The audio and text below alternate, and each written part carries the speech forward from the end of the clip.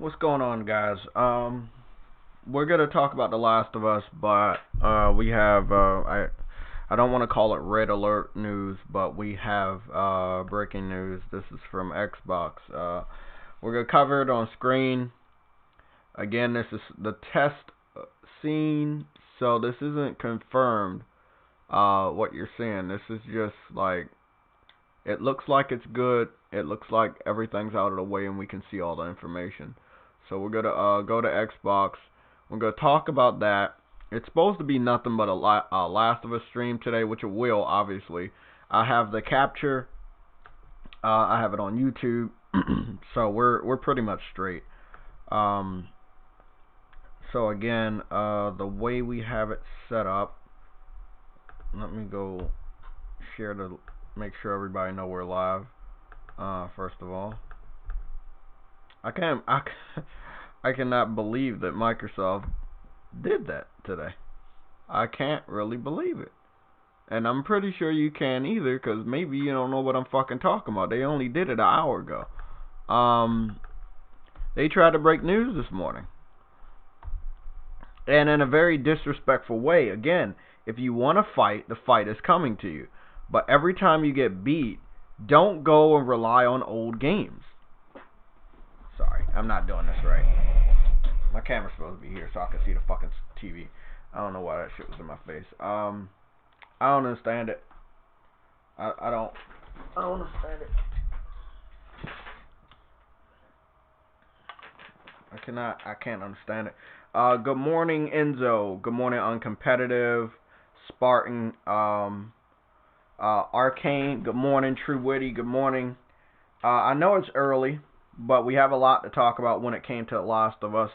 Primarily, we might go over the YouTube version of it, because obviously I'm gonna be watching it in 4K. I can see more detail. I also have the 1080p raw version of the live stream. I have it saved on my phone. I transferred it over, enhanced it to even like native 1080p. So that's on the laptop. So I just want to let everybody know that we have two ways to view it together. So if you were worrying about how we're doing it, so again, the way this would be set up, obviously, is I would go into the YouTube app because of the way I have the Elgato set up. Now, I have this other one we tested out yesterday, which would it would just show the capture, and of course you would see me reacting to it, I guess, and then we would talk. So I just switched to it. I'm looking at the live stream. It's holding very steady. No fuck ups on my end. Laptop's doing its job when it came to this type of shit. And that's, there's some other tricks and stuff I wanted to do with the other laptop for a live stream, but this one seems like it's holding very, very, very steady. So again, we can talk and look at the complete stream. I edited out the intro and the outro, so hopefully, I don't think it'll be any copyrights or anything. But this is the PlayStation Legion podcast. I shortened it because there was a lot to talk about. We're going to talk about the PS5 as well as The Last of Us. However, with the bullshit Microsoft pulled this morning, it has to be addressed. There's no damage control. We know that backwards compatibility and Microsoft go hand in hand. However, they only bring it up when they feel that they're losing. Now, they were already losing this gen. They were losing this gen. It took them a while to get into backwards compatibility. The system didn't launch with it in mind. What I find funny is Xbox fans act like Microsoft is the only system that ever did it. Sony had the PS3 60 gig model. It had 3 generations of PlayStation games on it. You could play PS1, PS2, and of course all PS3 titles on it.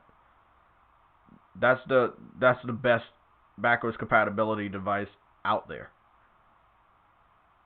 Physical as well, obviously later on digital. So with the PS4, I believe to cut the cost, they eliminated the backwards compatibility. Not just for the PS3, but for PS1 and 2. We ended up getting a powerful system. It was much better than the Xbox One. We didn't know it when we first saw it, but we found out that it was a better system than the Xbox One, better resolution, better frame rates, better performance, and it cut the price down to $400, which Microsoft couldn't match day one. I believe they could have matched it if they did not believe Kinect was successful the previous generation. The fact of the matter is, motion controls was a fad. And what I mean by that is, it was not going to be here for a while. Okay? Nintendo got rich off of it. PlayStation, I believe they had a good motion control. They had one of the best motion controls. It was so good that it lasted 2 generations because they used that same motion control this generation for the VR headset. So, anybody that want to throw any disrespect at the PlayStation Move, think about how long that lasted. Think about how the the Wii lasted. You can't bring the Wii to this generation and use it on the Switch. You can't do it. But PlayStation made the PlayStation Move in mind with the future, and that's what I like about them. We did talk about the similarities of the PSVR headset and the PS5 controller. Obviously, the PS5 is going to have backwards compatibility support for also the lineup of PSVR titles. If you add the PSVR titles together with all digital titles, physical titles for the PS4, you do have thousands of games. Also, it hasn't been explained, but me and Adam have talked about this theory that they're going to transform PlayStation Now into something greater than what it is. And as we have been seeing, it has been evolving this generation over the last 2-3 years. Now you have the ability to download every PS4 title on PlayStation Now, allowing you to play at the best resolution and performance frame rates. So again, we have that shit going for us. That's a form of backwards compatibility. Again, it's going to change next gen. On that PlayStation Now library, you also have a huge catalog of PS3 titles. Now, the PS1 and the PS2 titles are very scarce, but as far as the PS3, there's a lot of fucking games on there. If they could find a way to do the same technique they did this generation with PlayStation Now, allowing us to download the PS3 titles and play them from the hard drive, that would be nice. We're going to see what goes on with that, but first let's address the fact that what Microsoft did was not cool. What they did this morning was not cool. So again, I have the gameplay. The gameplay is on my laptop. The gameplay is on my phone. I watched the live stream. I watched that live stream with you guys. I went somewhere and hid. I ain't gonna tell you where I hid, but I went somewhere. I hid. I watched that shit live. I was blown away. It's on a whole nother level. Now, again, I want to let everybody know this live stream is in 1080p, and you're looking at a 1080p capture of the live stream. So, it's good. I'm looking at it with you guys. It seems to be holding very, very steady. The quality is a little bit better than what I was seeing, because sometimes I was looking at it at 720p, because I don't want to use up, have that shit keep buffering. So I said, let me look at it in 1080p instead of 720p instead of 1080p, since I was at work. So I didn't see the best quality.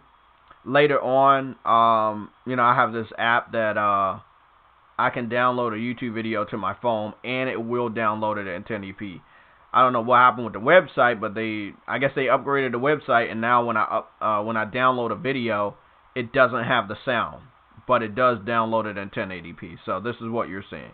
You're seeing a capture, a direct capture, download it from my phone, enhanced in 1080p on an editor on my phone, and then I put it on a laptop last night when I got home from work. So this is what you're looking at.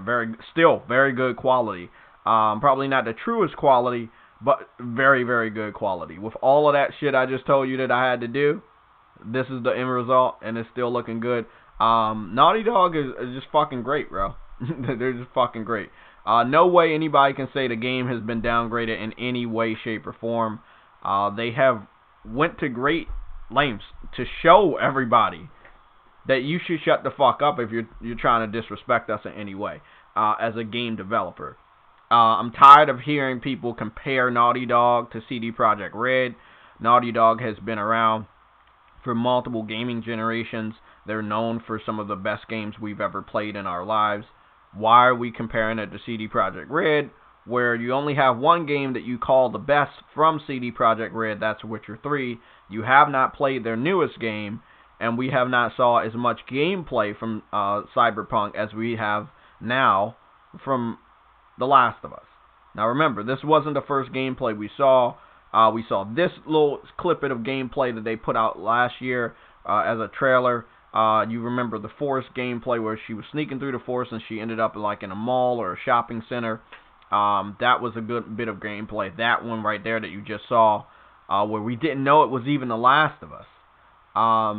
So it's just crazy, bro. The infected look disgusting this time around. Like, wow, you're gonna be fucking scared of them. I love it. Like the whole, like everything about what I saw yesterday. And yes, I've probably watched the whole video or the live stream probably about 4 times before today. I cannot be one of those live reaction people because I can't understand how anybody would see something new and not look at it right then and there. Like, you have to have some good self-discipline. So again, what we're gonna do is we're gonna put the PS4 Elgato capture over top of this. It's still gonna be playing in the background, but let's cover this real quick if you guys don't mind. So this is what I woke up to, and this is what everybody woke up to this morning. They posted it from what it seems at 6 o'clock in the morning. But Twitter said they posted it roughly an hour ago. So let's say they posted around 9 something or 10 o'clock. So this is what they're bragging about. And this is this morning again. They say Xbox Series X is the most capable console ever. No boost time mode, no downclocking. The power of Xbox Series X for thousands of games ready at launch. Now, again, that's not a lot of details. We already knew that they were going to have the whole library of backwards compatibility titles that the Xbox One had available for the Xbox Series X, including the whole library of the Xbox One. What they're basically telling you is, yeah, PlayStation is going to have backwards compatibility. Yes, the PS5 is going to enhance 100 of the best games or the newest games. We know those games are going to look better. We know they're going to perform better. We know they have better ratings. We know that more gamers want to play those games in enhanced environments. But look at us. We still give you the same games you were already playing on Xbox One, including the Xbox One complete library. So it's basically like saying, we know we're not going to be able to deliver on new launch titles that are exclusive. Take these old games and please be happy with them. I don't like that. That's bullshit to me. We're going to go look at the full details here and see what's going on. Again, I changed the frame a little bit to match this. It's not permanent, guys. We're just testing out some shit. Based on feedback, we'll see what we keep. I got so many different setups. But this is just a test frame.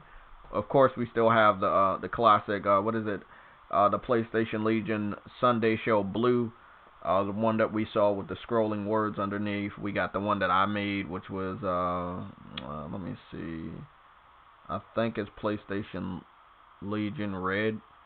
Then we got the sharp red one that we had that one time. So we got all of that stuff. So here it is. Xbox Series X is the most powerful and capable next-generation console with thousands of games. So now they're not saying the most powerful Xbox. Now they're bragging about being the most powerful and capable next-generation console with thousands of games. I don't know what that is when they say capable. I don't really understand that word, the way that they're using it, because they have not explained it to us.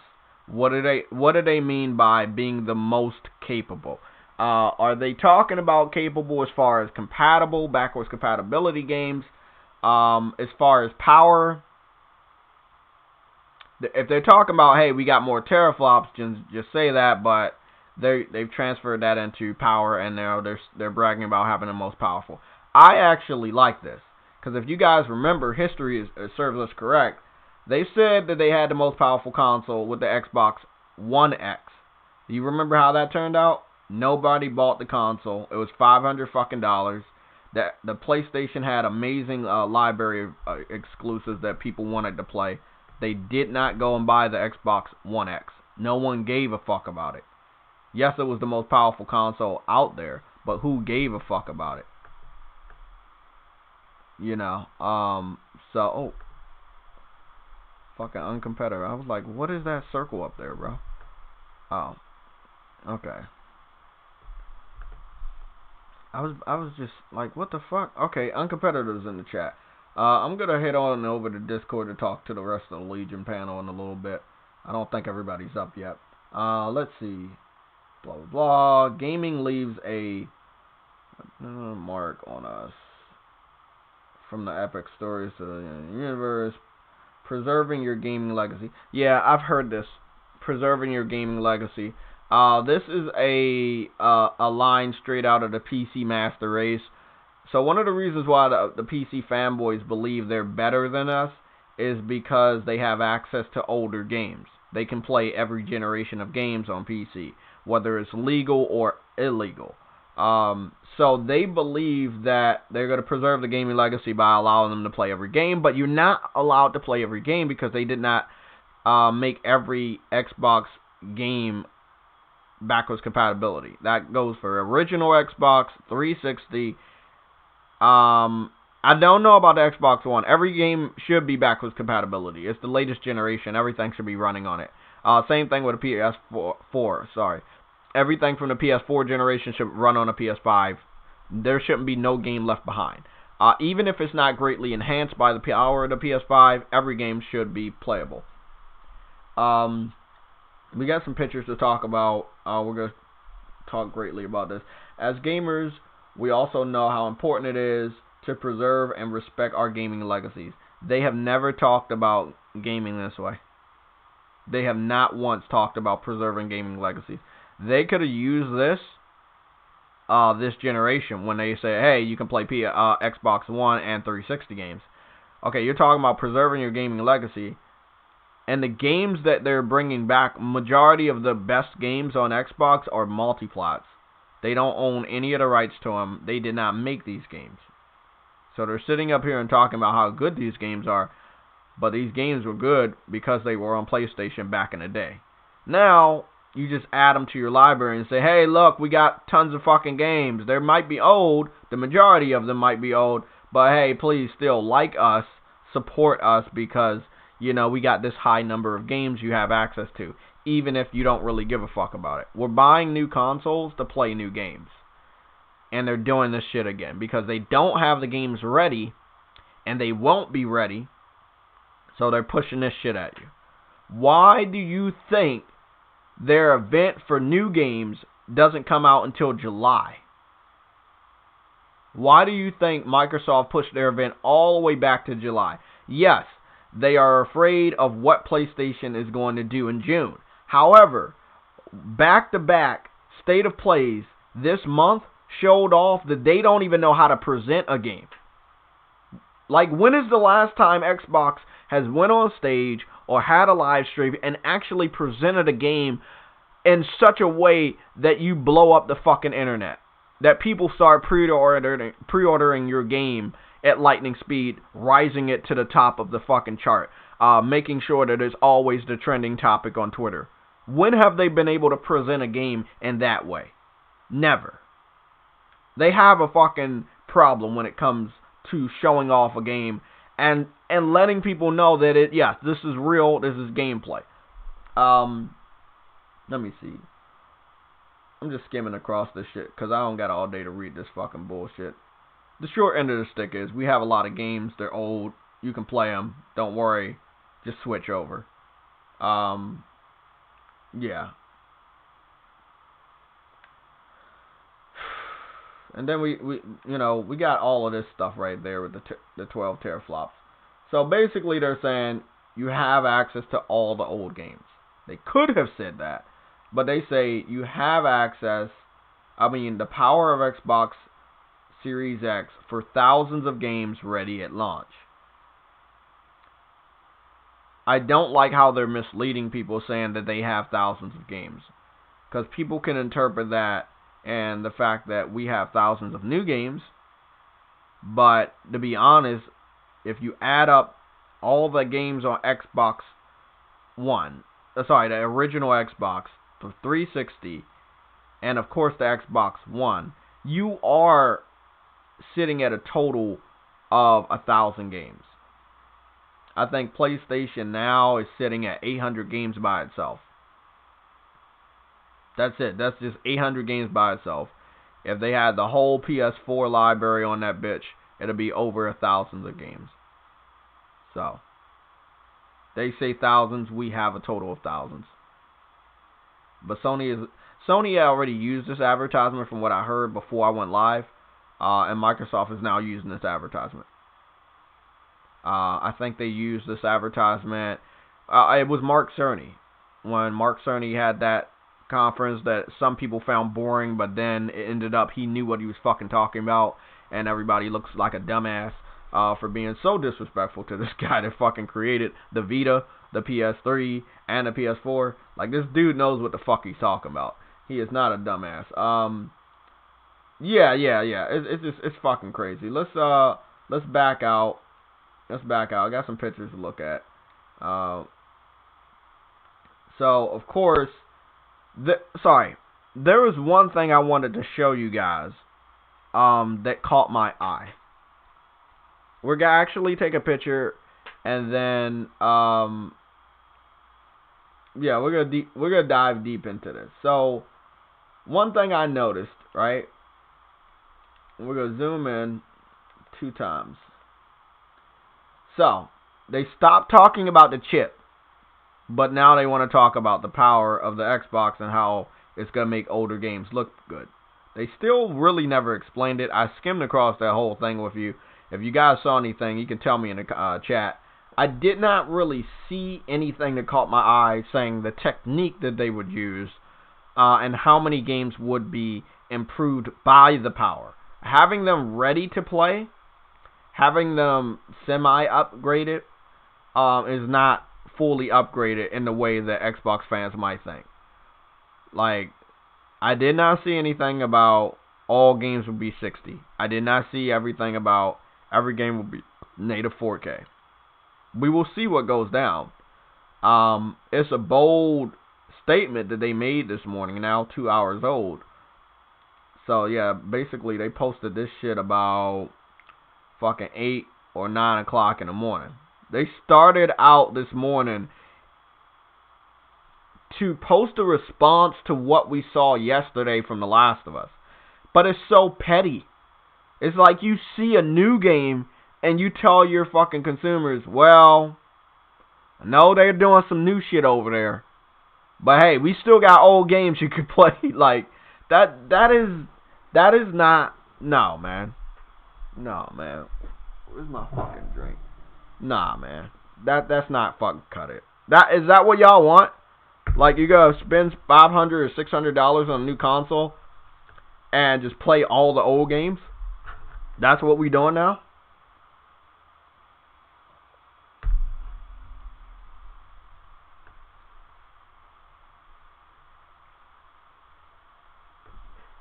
I know it's fucking dark as shit, but I think it's about to rain outside. Let me read some of these the comments. I'm doing it by myself today. I think the only other person we've got is uncompetitive. So Baruto is here. Vedger is here. Spartan God, obviously I say hello to you. We got a super chat and I fucking forgot to read that. Sorry, True Witty. True Witty with the $2 super chat. Why your first shot is backwards compatibility? They seem afraid of Sony. Exactly, that's what I'm saying. So your first official shot to PlayStation before their event is backwards compatibility. It's a messaging thing. I talked to Adam. We had a heated debate about messaging versus marketing. You have to send this message that we're always going to have your back when it comes to old games. The reason why is because all the rumors are pointing to Sony talking about new games. And they don't have good new games. And Microsoft has no idea what some of the new games PlayStation will show off. Obviously, the ones we give a fuck about is first party. I'm just going to let you guys know. As far as third party is concerned, anything I've heard or saw so far, I'm only putting my money in for Godfall. That's the only one that I saw that caught my eye. Everything else has not caught my eye. So, I will let you guys know what catches my eye. I'm different than a lot of other people. My opinion is my own. Everybody else might be tricked and fooled into playing every last one of these PC indie style titles that are very short, first person shooter in nature, can make the game look pretty because the game is so small. I'm not buying those fucking games. That's not why I'm buying a PS5. I'm not buying those games. I swear to fucking God on everything. I will buy a PS5 and have like fucking 2 or 3 games at launch and I'll be alright. I did the same thing with the PS4. Until the games start dropping, I'm fucking straight. And I have other titles to play and shit like that. I find something to do. But I am not buying a PS5 to play games that were in early access for the PC and then they want to make it look good for the console, for next gen console. I'm not doing that. No. That's why we were pissed off at Xbox. So Sony understands that, so they're not going to show us that. I expect Sony to show us a lot of new shit. Somebody said something. PlayStation Gamer 51 said, MotorStorm, that's what we fucking need and deserve. Yeah, we need it, but Sony did one of the dumbest things this whole generation. They closed down the studio because they think the Drive Club flopped. Drive Club was not 100% perfect when it launched. The PlayStation Plus version was not there when the PS4 launched. I understand that, but they should have had another chance. They were the only developer capable of making an open world racing game that we needed to go head to head with Forza Horizon. Again, Forza Horizon was still really, really good, but it didn't take down PlayStation. But we could have had our own game, which would have been the MotorStorm series, which I think Sony still has the rights to, but I don't know how that goes, bro. I really wish they could contract each and every one of those developers that worked on MotorStorm, because we really need a next-gen MotorStorm. So, this is what I wanted to talk to you guys about. This is the official Xbox Twitter page, okay? It says Xbox. It has the blue check. It says @Xbox. It says post about gaming, okay? Xbox.com, join 2009. I'm not joking. This is what their shit is. This is kind of like, and I don't give a fuck if you get butthurt about it. This is kind of like when you go to, Ash and Luca's YouTube page. We know she joined in 2016 when the console war was really heating up. She didn't join in the beginning. There's not a lot of information in her About Me. You go to my About Me. Since I got started, there was always a lot of information, all pertaining to gaming. Not me just talking about games, but me actually playing games. So it's kind of like this. It's very short, and it shouldn't be short. You know, if you're celebrated as Xbox is, you should have more information about that. So, we're going to back out. We're going to go to PlayStation's Twitter page, right? And the article link that we have here is obviously, this is new. This is about Naughty Dog worked to make sure every character in detail in The Last of Us Part 2, dimensionable and authentic. Is dimensionable and authentic. Okay, so this was episode 3 inside details. What up? Inside the details. I'm confused. I thought yesterday was episode 3, unless I'm really confused. I'm really confused. So episode 3 is out. Yesterday wasn't episode 3. Yesterday was just a state of play. Let me see what the fuck they're talking about. Inside the details. It's episode 3. New episode each week. Oh, okay. I thought that the state of play yesterday took place. Yeah, this is the third one, inside the details. Oh my god. Wow. I guess I'm gonna have to do a live reaction because I thought they were just talking about what's gonna happen next week, but it seems like they have a new video. Inside the details, May 27th and the 28th. Yeah, man, that's what they, yeah. That's what I knew that yesterday was a portion of this, but they just called it a state of play. How about we watch this in a little bit? Sorry. We go back here, and we're doing a comparison with the website itself. So, you see that this is what they're talking about. Obviously, this is the main focus. They have a brand new game. Xbox doesn't have any games to advertise, so they're just advertising the fact that they have old games. You see that their banner is not a fucking controller, right? Their banner isn't a fucking controller. Their banner is a new game that's coming out, right? Only for PlayStation. Exclusive. You zoom in 2 times. You go over here to their About Me. Their About Me doesn't say post about gaming. That's what Xbox is About Me. It says official Twitter updates on PlayStation, PS4, PS5, PSVR, PlayStation Store, and more. Support. Ask PlayStation. So they have a support link to their other Twitter page that will help you on anything you need, and it's their Ask PlayStation page. They have a direct link to their website. I'm going to read that in a little bit, Spartan. They joined in 2007, which was like 2 years before Xbox joined, obviously. So as you can see, it's much more professional instead of just saying post about gaming. If you're going to brag about backwards compatibility, why don't you list all the consoles that you're currently supporting? PlayStation did it, and everybody says they don't support backwards compatibility. Wow. That's fucking crazy, isn't it? Just fucking horrible, man, when you really think about it. We went over there to Xbox page. Well, we could go to Xbox page right now, but the funny thing I pointed out on Twitter is that they had a chip as their banner before, and now they only have a fucking controller. And I don't want to like joke on Xbox a lot, but we understand that they care more about advertising a new color of a controller compared to a new exclusive. So I just wanted everybody to understand this is the state of Xbox right now. You know, they're talking about old games, Gears. They're talking about old ass games like Gears. We're talking about The Last of Us Part 2. And I'm not joking. We got a new video for The Last of Us Part 2, and they're talking about fucking enhancements for Gears. That you got enhancements for on the Xbox One X.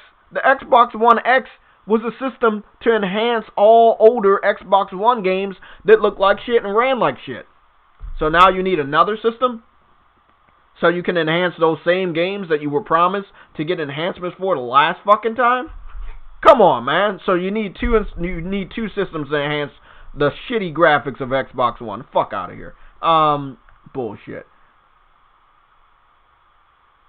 No, you're not muted on Discord. Bro, I didn't enter Discord.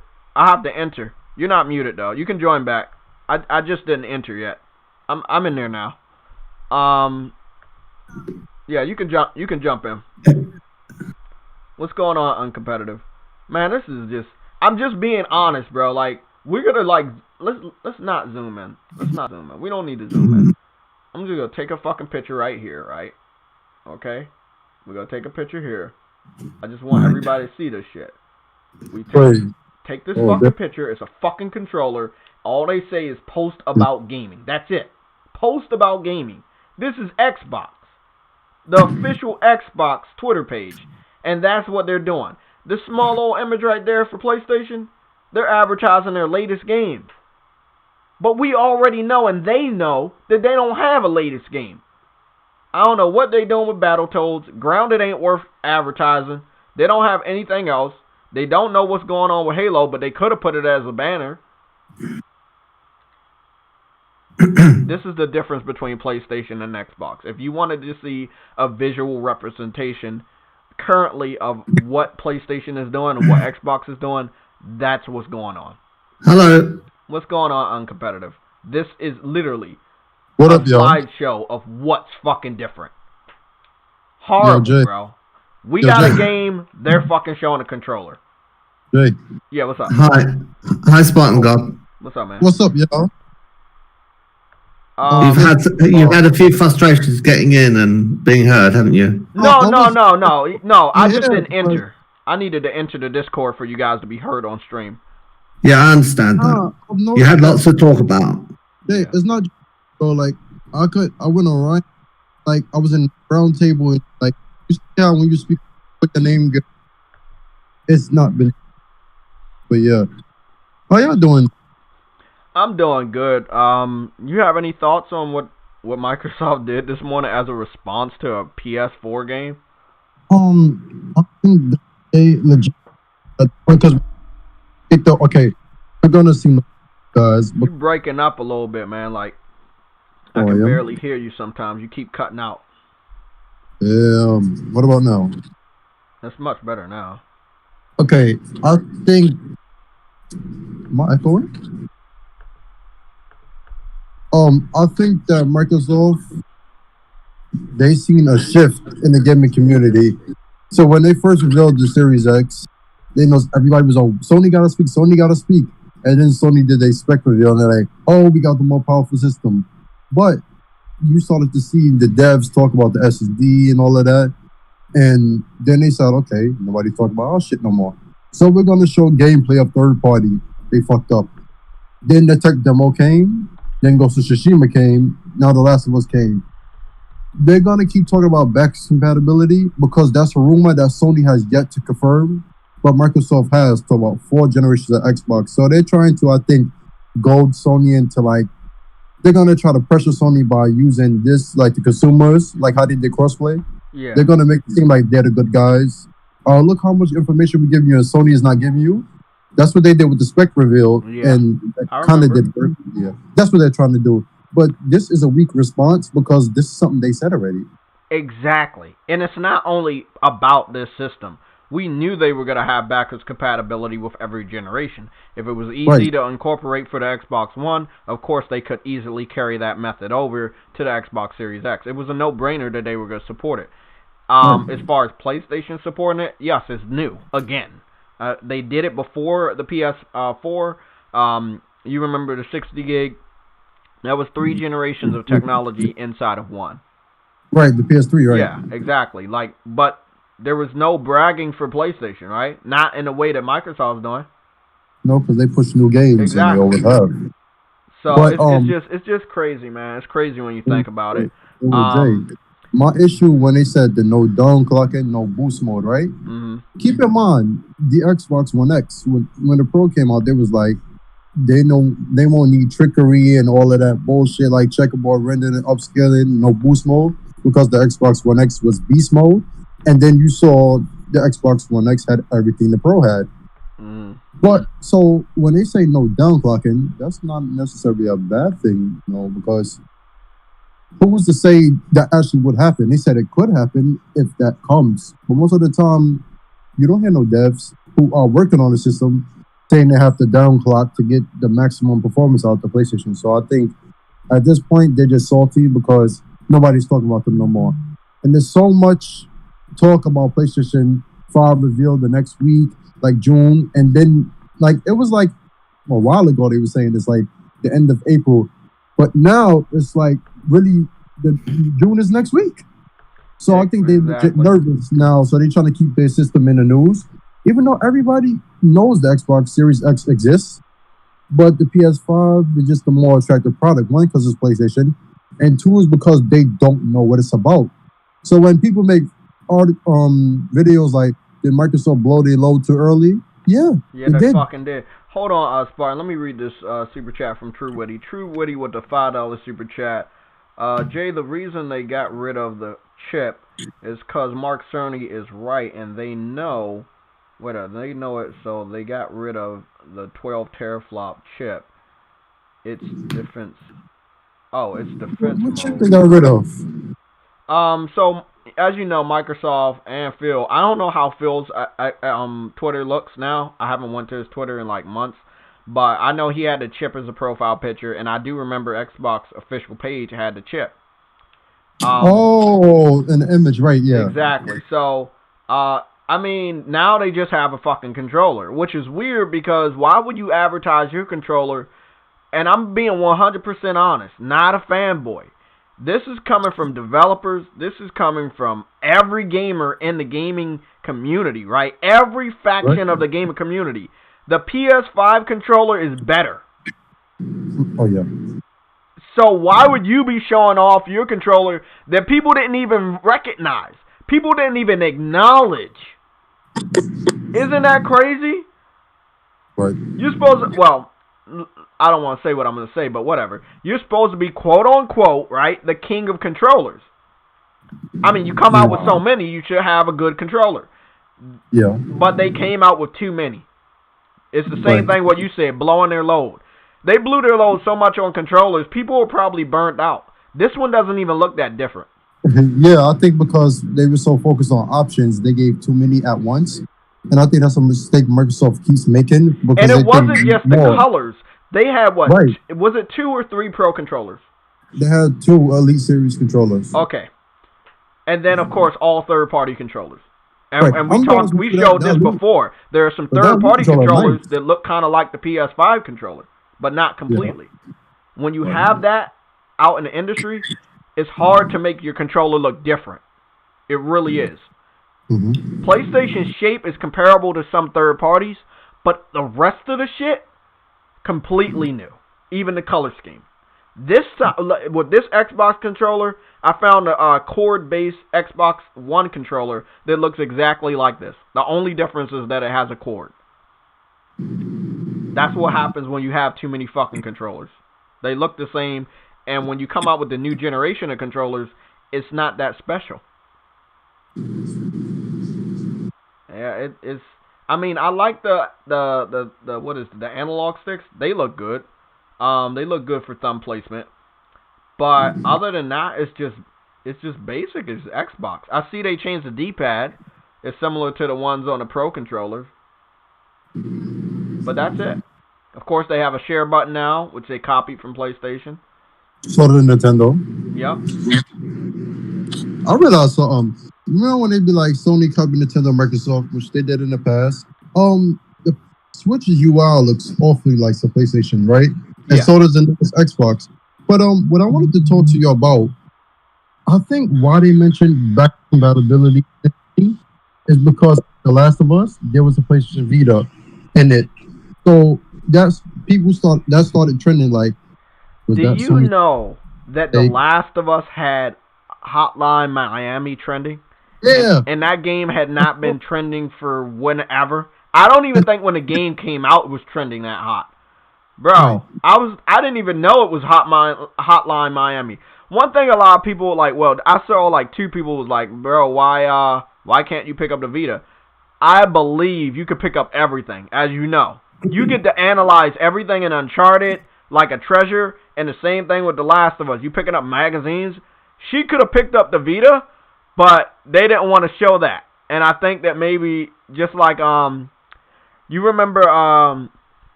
Crash Bandicoot was playable on Uncharted 4. I think that if Ellie picked up the Vita, she could have played Hotline Miami for a little bit, and it could have been a trophy.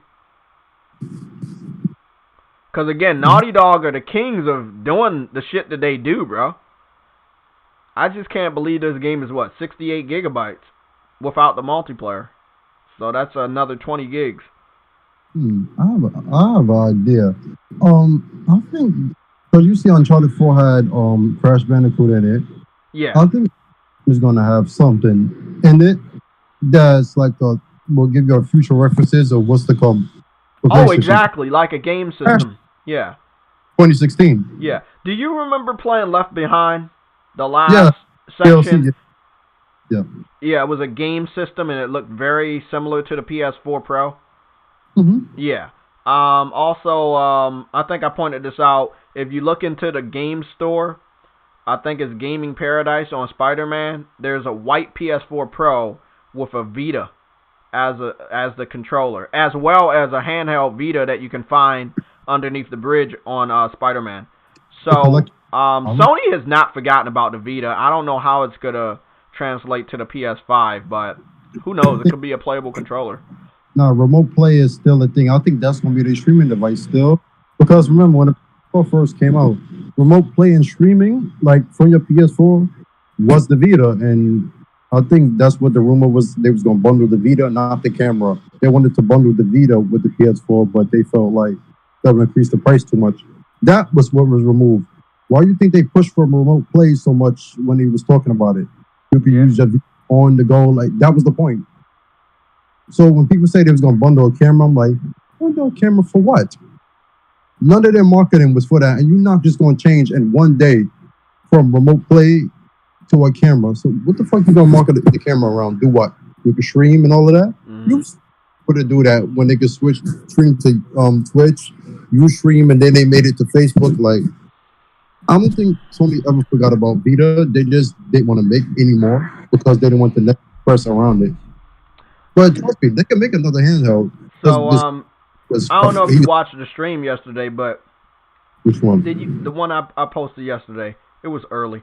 Did you notice the comparison between the VR headset and the PS5 controller? They look just fucking up. Exactly. Nobody, like, I did not see any major news outlets pointing out that. Couple mentioned it. And what was funny to me, I was always thinking about it. I was like, why is the VR headset white and black? I was always wondering. I was like, why didn't they just make it black? Presentation. Exactly, but there's never been another VR headset that was just black. And now they show us, they showed us a month ago or something, the PS5 controller, and it's the same exact color. Another thing people are not talking about, this large library of VR titles that will obviously be backwards compatibility. No one's talking about that. PlayStation has better games, bro. All around, we just do. If the theory is correct by Adam, that is possible, that a legacy of backwards compatibility is possible on PlayStation, including Vita titles and PSP titles, PS1 titles, PS2 and PS3, using the method, like an enhanced method, like a super powered method that they've used on PlayStation Now. I'm telling you right now, it's going to be crazy. Hats off to Naughty Dog, because with all that I did to get this video on the laptop, which might seem like a lot to you guys, but I did it on a go because I wanted to make sure everything was ready this morning, and we weren't switching around. As you know, we didn't go to any other scenes. We just stayed on the scene. We went live, bam.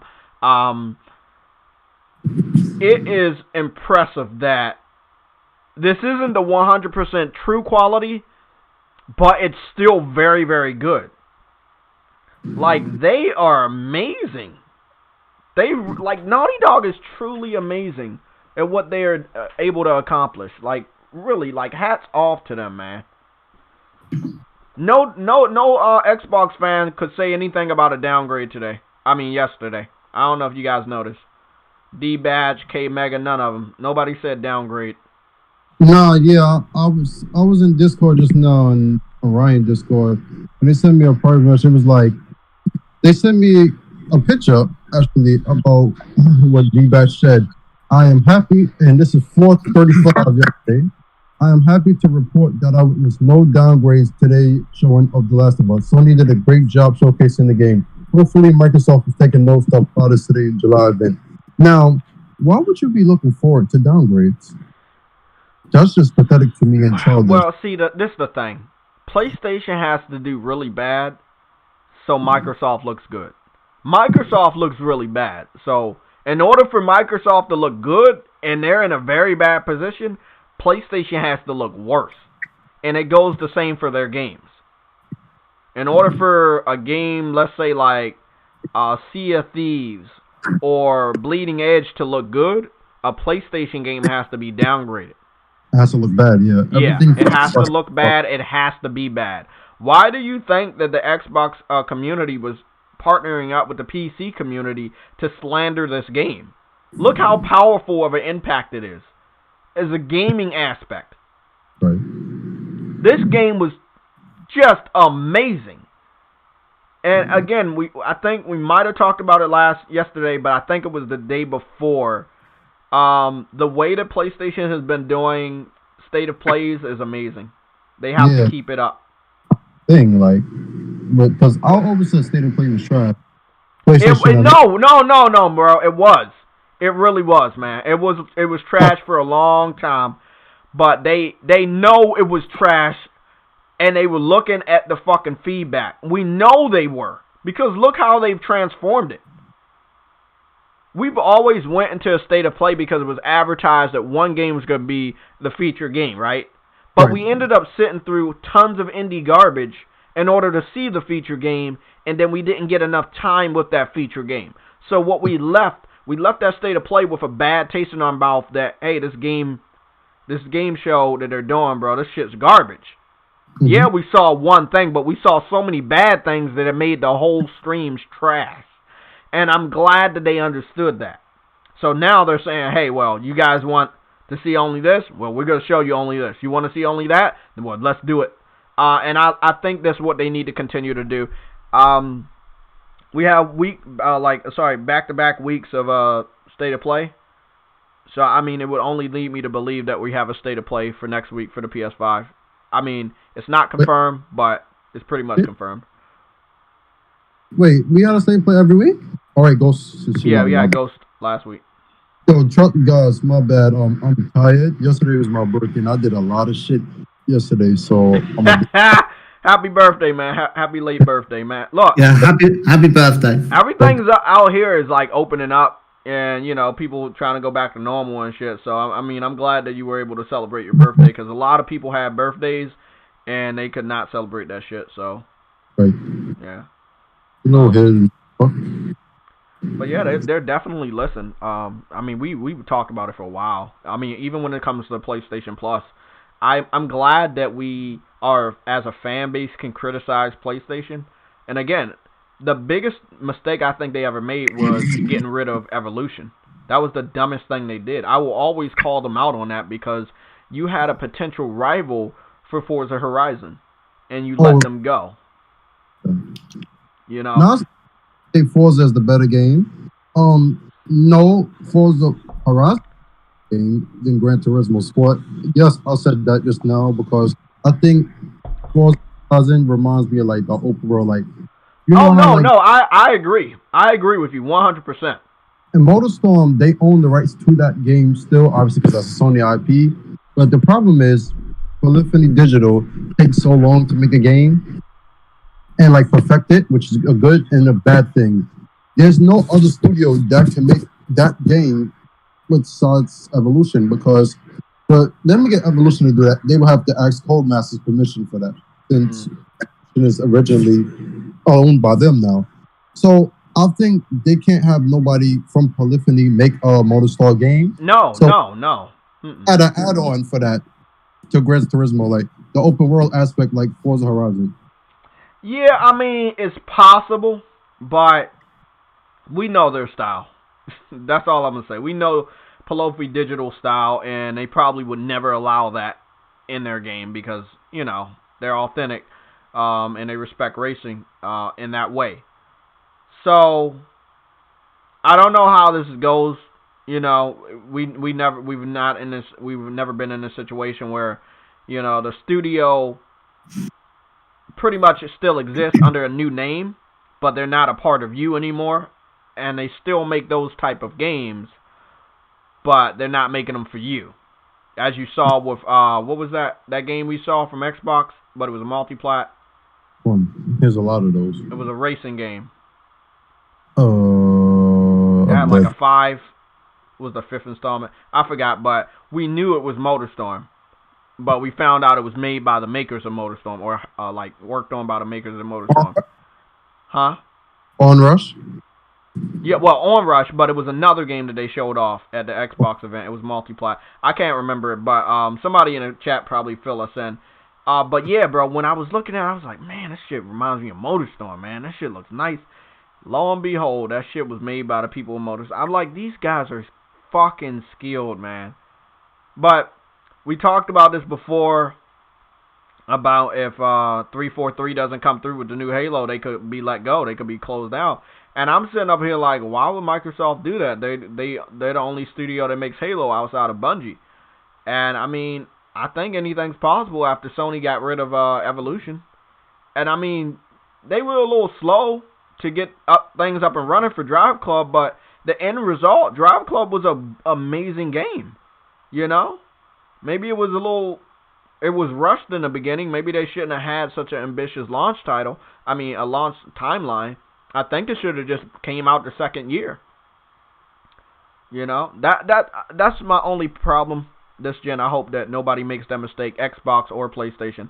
Don't promise a launch that you can't deliver on. Don't say that a game is coming out at launch and it's not complete, you know. That hurts. It hurts you, man. Because then you end up being branded as a liar and people can't trust you. And that's probably the most important thing going into next gen. You got to be able to trust somewhat of what these companies are telling us. Okay.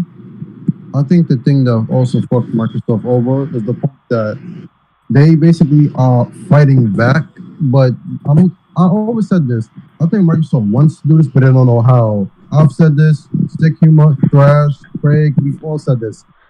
They have to build up their first party. So they can't take one game and feel like, okay, Ninja Theory is making Hellblade Playground, they're going to make hits. They have to continue to do so over time. Something PlayStation already has done, Nintendo has done.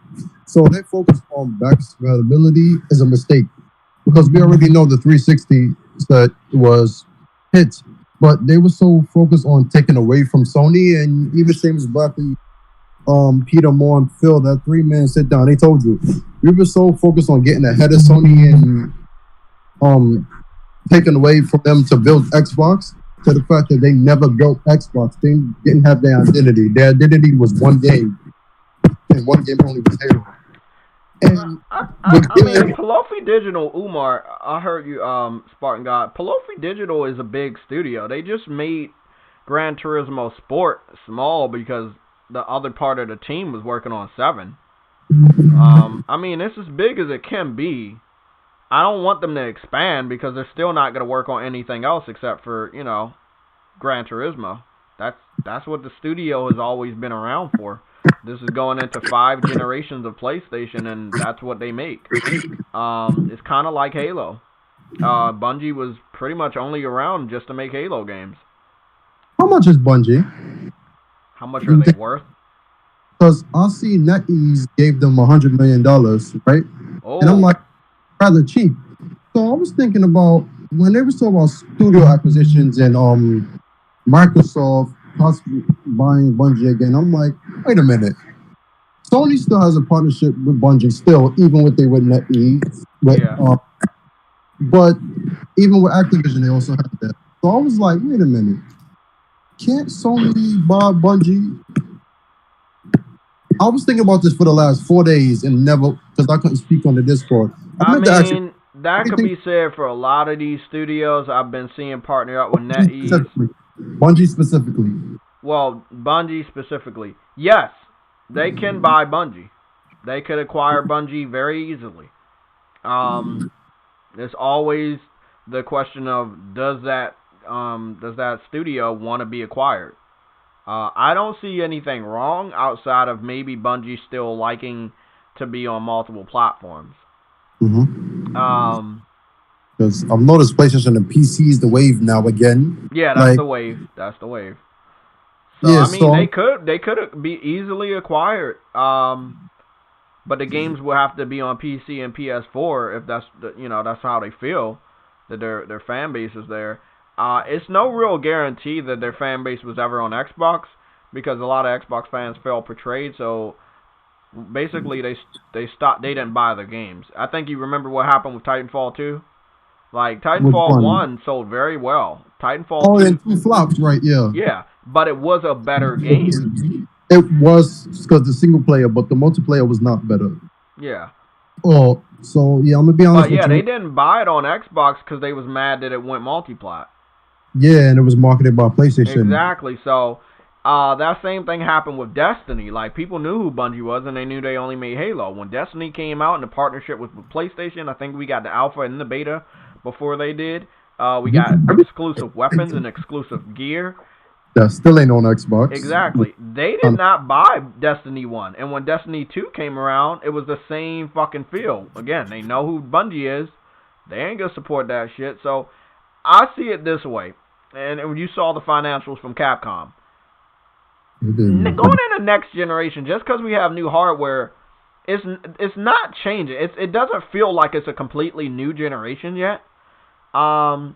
And gamers might still have the same feeling. So you might go into next generation. The Xbox fans are exactly the same, which again they're conditioned to be this way now because they want every game to go to Game Pass. They're not gonna go out and buy $60 games ever again. They have the subscription, kind of like Netflix, and we wait every month to see what movie they're gonna add to Netflix. That's exactly what Xbox fans are doing now. And they're doing that specifically for third-party games. They already know the first-party games are going to be there day one.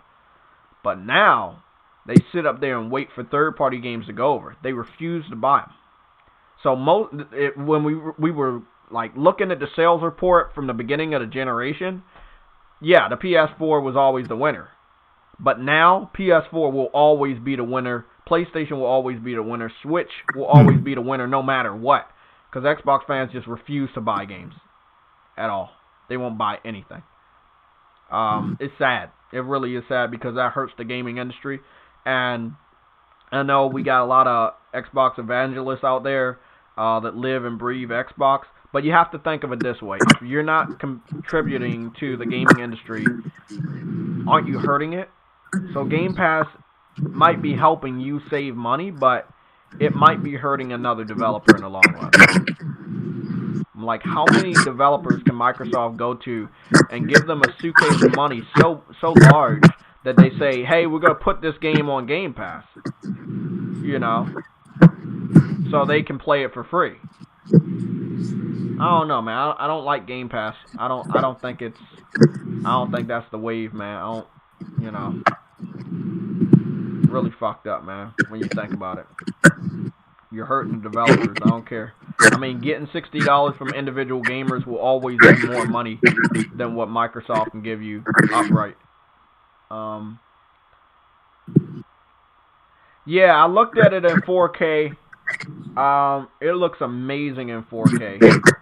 I watch this shit in 4K on TV. I have a cord, the HDMI cord, that directly has 4K support. So everything, it would be forced to be in 4K. When I watched the shit, when she was swimming, you should see the water, literally. It has reflected in it. You can see up there. Yeah. You also see the 1080p. So basically her arm, you can see her fingers, because you know she's white, obviously. Her fingers open up. Like, you know how some animals have webbed feet, like a tiger? That's how she swims, like that. What I loved about this scene right here is that I thought, wow, Naughty Dog, you put some stupid AI in the game. Nope. The AI had earphones in so they couldn't hear you swimming around and making all that noise. I really liked that. That was a surprise to me. And then the fact that she had a Vita in her hand, yeah, that was dope, man. That like Naughty Dog really knows how to do it, man. They really know how to do it. What I like this time is you don't have to worry about like shivs anymore because you got the butterfly knife, and I really like that. You know, I like that you can just use that as your little melee, like your light melee weapon whenever you want to. That's pretty dope. But yeah, the Vita was on the floor, and if she looked down, it would have been an option to pick it up. From there, I don't know if you just look at the game or you're able to play it, but I mean, Naughty Dog allow you to play Crash Bandicoot 2 times on Uncharted 4, so I'm pretty sure they would allow you to play that. And there's probably other gaming systems out there. It seems like even though it's 25 years after the pandemic, they still have generators, tons of them, to keep lights on in certain areas. So.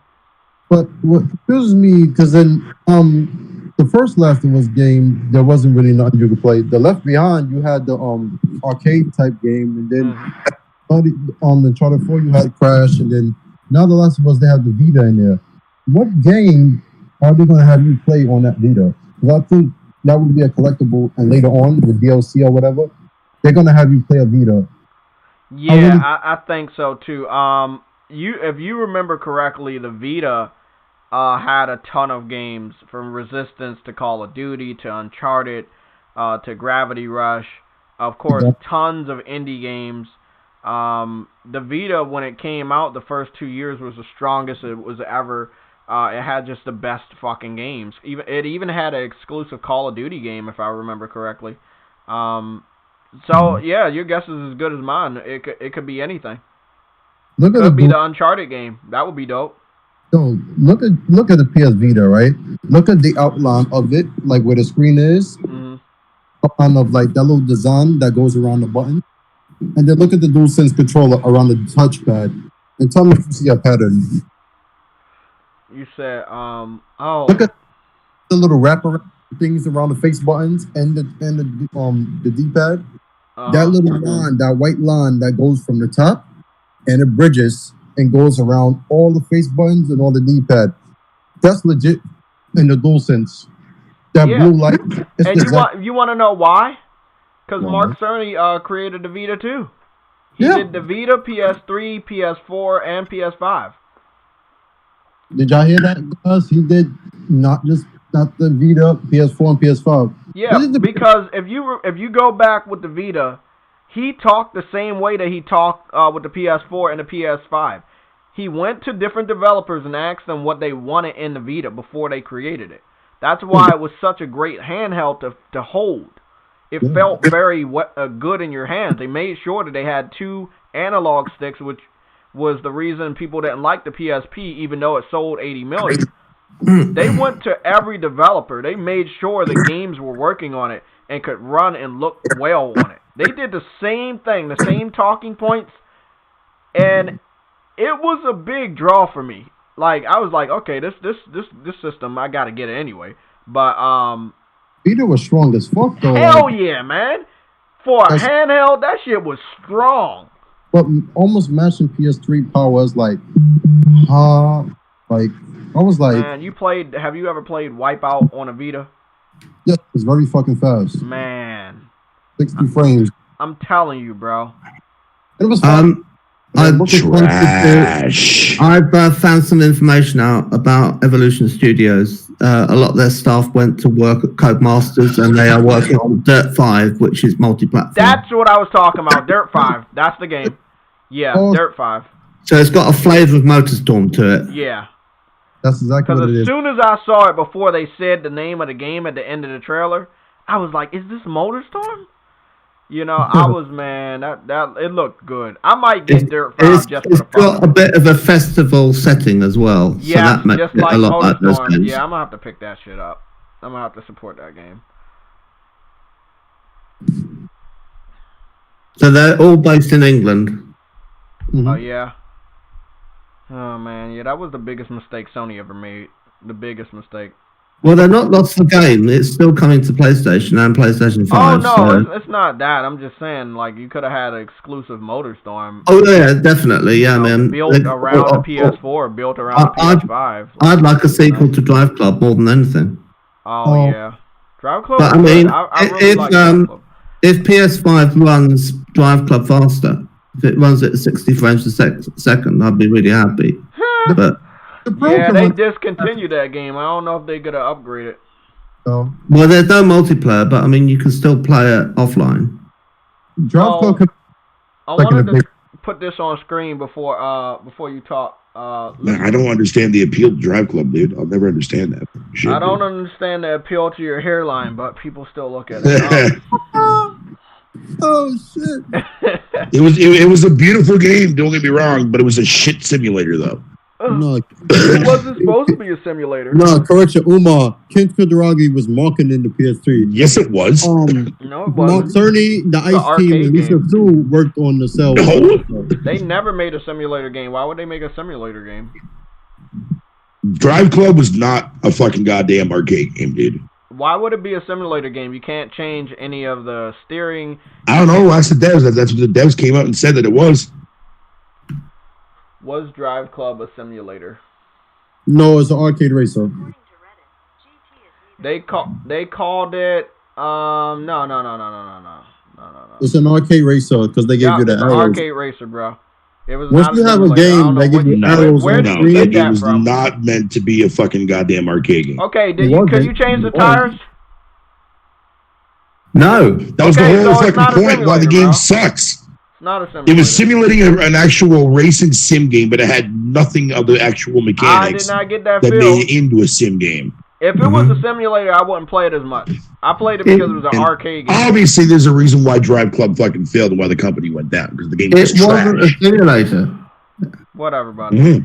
I mean, let me put it this way. The way you're speaking, Fatal, we could say that about any fucking dev of the games that you play. Like, any one of those Right. fucking devs You can say that can with go any down. game. Like, You're right. the people that You're made absolutely Bleeding right. Edge, they should get fired because that game is garbage.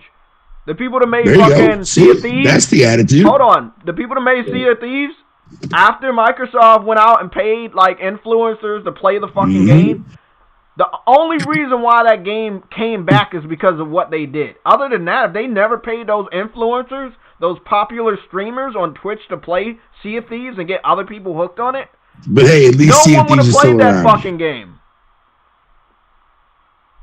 Does anybody not remember that? Do you remember that the partnered live streamers on Twitch that Microsoft ended up paying?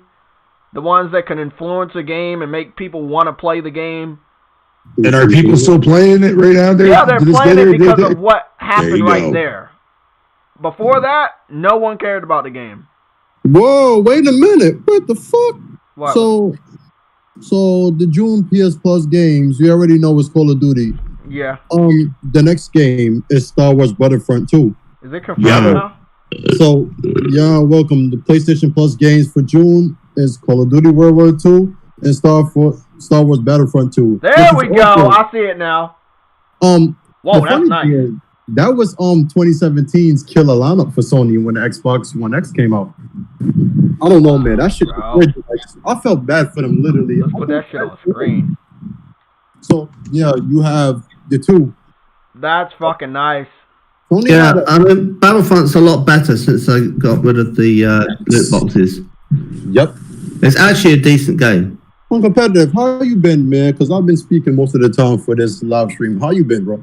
I've been checking up on this background all to do with Evolution and trying to work out where the staff went. It took me about 10 minutes. Oh, they went to Codemasters. And Yeah, they went to Codemasters, yeah. And then But, not I mean, all I of did- them. Some of them went to Ubisoft to work on the crew as well. So Oh, right. in case I Uh-huh. didn't know, that's why, and also Project Cars. That's why I was marketed with PlayStation. Yeah, Slightly Mad Studios. I found that out, yeah. Yep. Oh, but I really think that this rumor of this PS5 backwards compatibility shit, I'm starting to believe that because ain't no way Sony gonna come out and deny that shit because that's a big story. And you got hip hop came out here going across channels, media, keep on saying this shit. He's still being given information on other shit. Usually, if you do that and it's not true, they would just cut you off. Told this shit and But I don't see how the PS5 can run PlayStation 3 games. I think they will Well, have see, this the built in PS3 there. will be hard. PS1 Nah. and PS2 only Not at because all. of the cell processor. Only because of that. I think that shit is Sony in can there. create their own emulation for it, dude. The way they can do it, the way I've that heard that's what they did. If that's true, that's good. But still, I don't know if every game would be playable, and that's what most gamers are gonna want. yeah, the way they can do it is they can put it through PS Now. So shit, I would be playing. Wait, I thought PlayStation All-Stars guys didn't want all backwards fucking day. compatibility. That's Shut up. That's Fatal. Fatal's favorite game. I'm just PlayStation saying. All-Stars. What? What you say? PlayStation Now is an emulator. It's a license checker. The reason you don't have PS1 games right now because they have the most protection laws of any, library. So most of the games come with heavy license issues. Like for example, Gran Turismo 1, Gran Turismo 2. Notice those are not on PS4, even though Sony owns that. Why? Because you have various cars, various soundtracks, and games that's no longer working together. So like old games like EA games, a lot of them shits feature music, like Need for Speed Underground when you heard Little John get low, shit like that. Yeah, Old companies, that's right. music companies, they switch, so your masters, if you own your shit, they can't use it. Okay, so what you're saying is you want hardware backwards compatibility. It's going to be hardware based, but because PS Now is just this license checker, they can literally put the cell into the PS5. It's not expensive. I'm gonna be honest with you. The cell processor was nowhere near expensive for the PS3.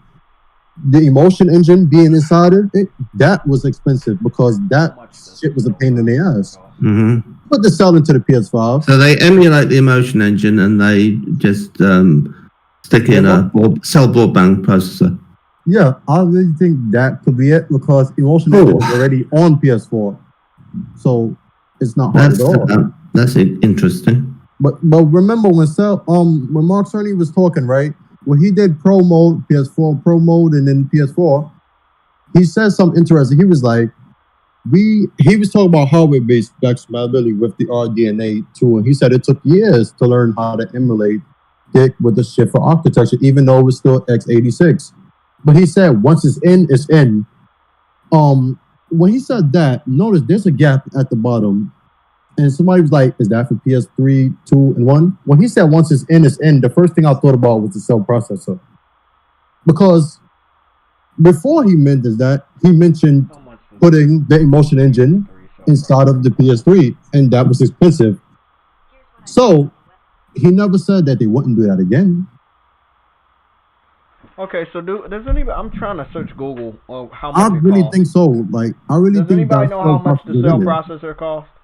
The cell processor cost them $86. And how I know that was because I remember back when they was talking about the ICE team and how it was integrated with like the ability to do graphics processing as well. $86. Well, as far as you're not gonna find that on Google. You have to be no. As far as the cell processor is concerned, like how much it costs them to put it in every PS, that was $800 million. That was a lot of fucking money. Yeah, but that's why they lost so much. I mean, look, the PS3 was gonna have to be $600, but to put that cell processor in it, I mean, this is now, let's say, 2 generations from then, so it should be cheap. I still don't know how cheap it would be, but I don't think that they would have it, but they would have like an emulation of it. You know what I'm saying? Make an emulator. Yeah, they would have to have something like that. I don't know, but look, this is the backwards compatibility screen that Mark Cerny put up, and the one thing people kept talking about is look at all that fucking space. Yeah, because I'm like, there's no way they're gonna have space, and then he said we're gonna have more shit on. And one thing I think people should understand is PlayStation was talking about legacy when it was talking about backwards compatibility before Xbox. Xbox never used the terms that they use today. Look at that. Look right there. It says PS4 Pro Legacy Mode. PS4 Legacy Mode. When was Xbox ever using Legacy? And before today. The rumor is Legacy. Why would they? Because those are legacy consoles, bro. Exactly, bro. The Xbox, okay, but they don't have to label that. Well, why? Okay, Fatal. If they didn't have to label it, why they use it today then? They use the shit out of it today. Putting up fucking OG Xbox games on. No, they call it legacy. They talked about every generation, including the Xbox One, and called it. They want the legacy of games or something to transfer over. I think it's a technical briefing. I remember saying that. I think it's a technical briefing. The reason why you make that distinction is that it actually means it's not enhanced. So you're saying it's actually the PS4 as it came.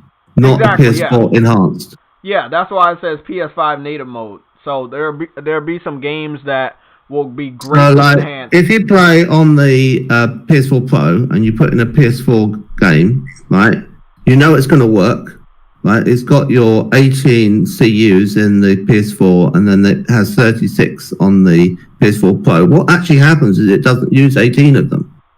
The GPU is like idle on one side and it just runs the 18 that's on the other side and it just works as if it's a PS4.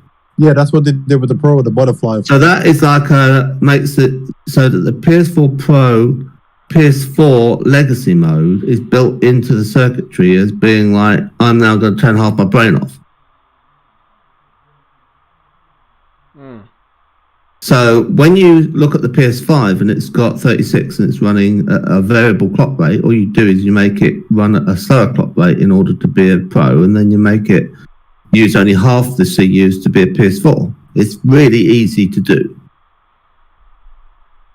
Now, if you want to have it so it has enhanced textures or it's running at a higher frame rate, then that might mean that some games that are linked with their simulation to expecting the console to run at a certain speed will have their simulation and their AI run at the wrong rate. Their physics will run at the wrong rate. You know, simulation events like a building collapsing or something will be falling too fast. Okay, so obviously if you know what you're doing, you make your games and you make them independent of the clock rate of the system that they're on, which is what you do when you code for PC, because otherwise you'd run your, you know, simple game on a, you know, big rig computer and it would actually go haywire because it would be out of step with the, you know, much faster CPU, much faster graphics card. But what you do when you write for PCs, you make it so it's independent of the time simulation of the underlying architecture. Whereas when you write for consoles, you can get into a thing where, oh, we know what we're doing it for, so we'll code to the circuitry that we've got, which is bad coding, but it does happen. And that's why with the PS4 Pro, when they brought in the boost mode, you could turn it off. It wasn't like all games get boost mode now, which is obviously what everyone would want, but they knew that there was going to be those odd rare game exceptions which would be screwed over by boost mode. So they made it so that you enable it, and if you get into trouble with the game, you can disable it, and then you re-enable it after you played that old game that should have worked properly. Okay. It's kind of complicated. Well, but look, all the things they do are saying. like I modes understand that you that. can I'm just turn talking on. about the word. I understand that, but we do have a lot of space, and it's weird that we have a lot of space. Yeah, I've measured it on the screen with my fingers, and you pinch your fingers together, and you make it so you've got the 2 4s, right? And then you kind of put that below with the gap between the line, or the leading between the text, and you have another space for another 2 lines, and then another whole line below that, which would be like another line. So PS3, PS2, and PS1, yeah. There's plenty of room for all of that, and it would all be typeset nice, and it have a board at the bottom. So I expect they'll reveal that when they come to it. I don't know. I don't really listen to hip hop. He's I don't know. He just has too much energy for me, and I only listen to stuff coming from Sony because I don't want to be burnt. You know, I don't want to report something that's not 100%. But he's talking about the legacy of PlayStation as like Vita titles too, because I heard something, but I'm not sure if that's what he was talking about. Does anybody know about that? Well, you couldn't actually put you know, one of those, what are they called, UMDs or something that you have in the PSP. You couldn't put that into a PS5. There's no way of physically putting in the... No, I'm talking about digital. Yeah, you'd have to get the digital thing off a store and then get it on there. I suppose it's possible. Because, see, that's the thing. I have a PS Vita, and I think the majority of all my games were digital. I went digital with the Vita early. So I think everybody did. Yeah. So if they gave us our library for Vita and even PSP, I would have a shitload of games they wanted to play. Not only that, the PS3 titles. Well, the thing is that when I've had games in the past, they've often given me them on multiple formats. You know, you say, yes, I'll have this. And they say, here's it on the PlayStation Vita or something. And I'm thinking, well, I don't have one. But I mean, you know, when I get the PS5, I might not have that console supported, but I might have the Vita version of that game supported. You could have odd scenarios like that where it's like you find all these things on your dashboard when you first start it up and thinking, where's this all come from? And it's your Vita games. Maybe they'll put them in a folder so it's not untidy. Yeah, something like that. I mean, anything's possible, but I want to know if it's true. You know? Anything is possible. And this goes for any console, any platform. Anything is possible, but we still have to figure out if it's true, if it's right. Like, it's got sufficient power to emulate most things. The only problem would be the PS3. Yeah, that's the only problem. Emulating or putting the cell processor in there. I don't want them to do that because I don't want them to waste like any money. If you can emulate it, isn't it cheaper to emulate compared to? Oh, definitely, yeah, but you still have to code the emulator. Yeah. I have to look to see if there's anyone who's if anybody could do it, it's Mark Cerny, bro. If anybody could do that, it's Mark. Because people don't understand. When you got your PS Vita, you did have access to any digital PSP games. There was a lot of PSP games that I remember getting, and I didn't remember getting, but I had access to them, and they were backwards compatibility, as well as there were some of the games were given away on PlayStation Plus for the Vita. They were older PSP titles. So, well, the one exists. There's one that exists on the PC, and it's called RPCS3. And it's in development. It's open source, and it's developed for OpenGL and Vulkan as its back-end renderers. So, you know, people are working on this, you know, without authorization. I mean, if they get it to work, what will happen is Sony will sweep in and say, you can't use it, you know? That's what usually happens, and then it goes underground. But the very fact that it's in concept, it's being done, right? On the PC must mean it's possible, and we know that the architecture of these consoles, these new consoles, are all based on PC architecture. So that means, in theory, if random people on the internet can do it, Sony definitely can do it. So I think we basically now say, yes, it's in there.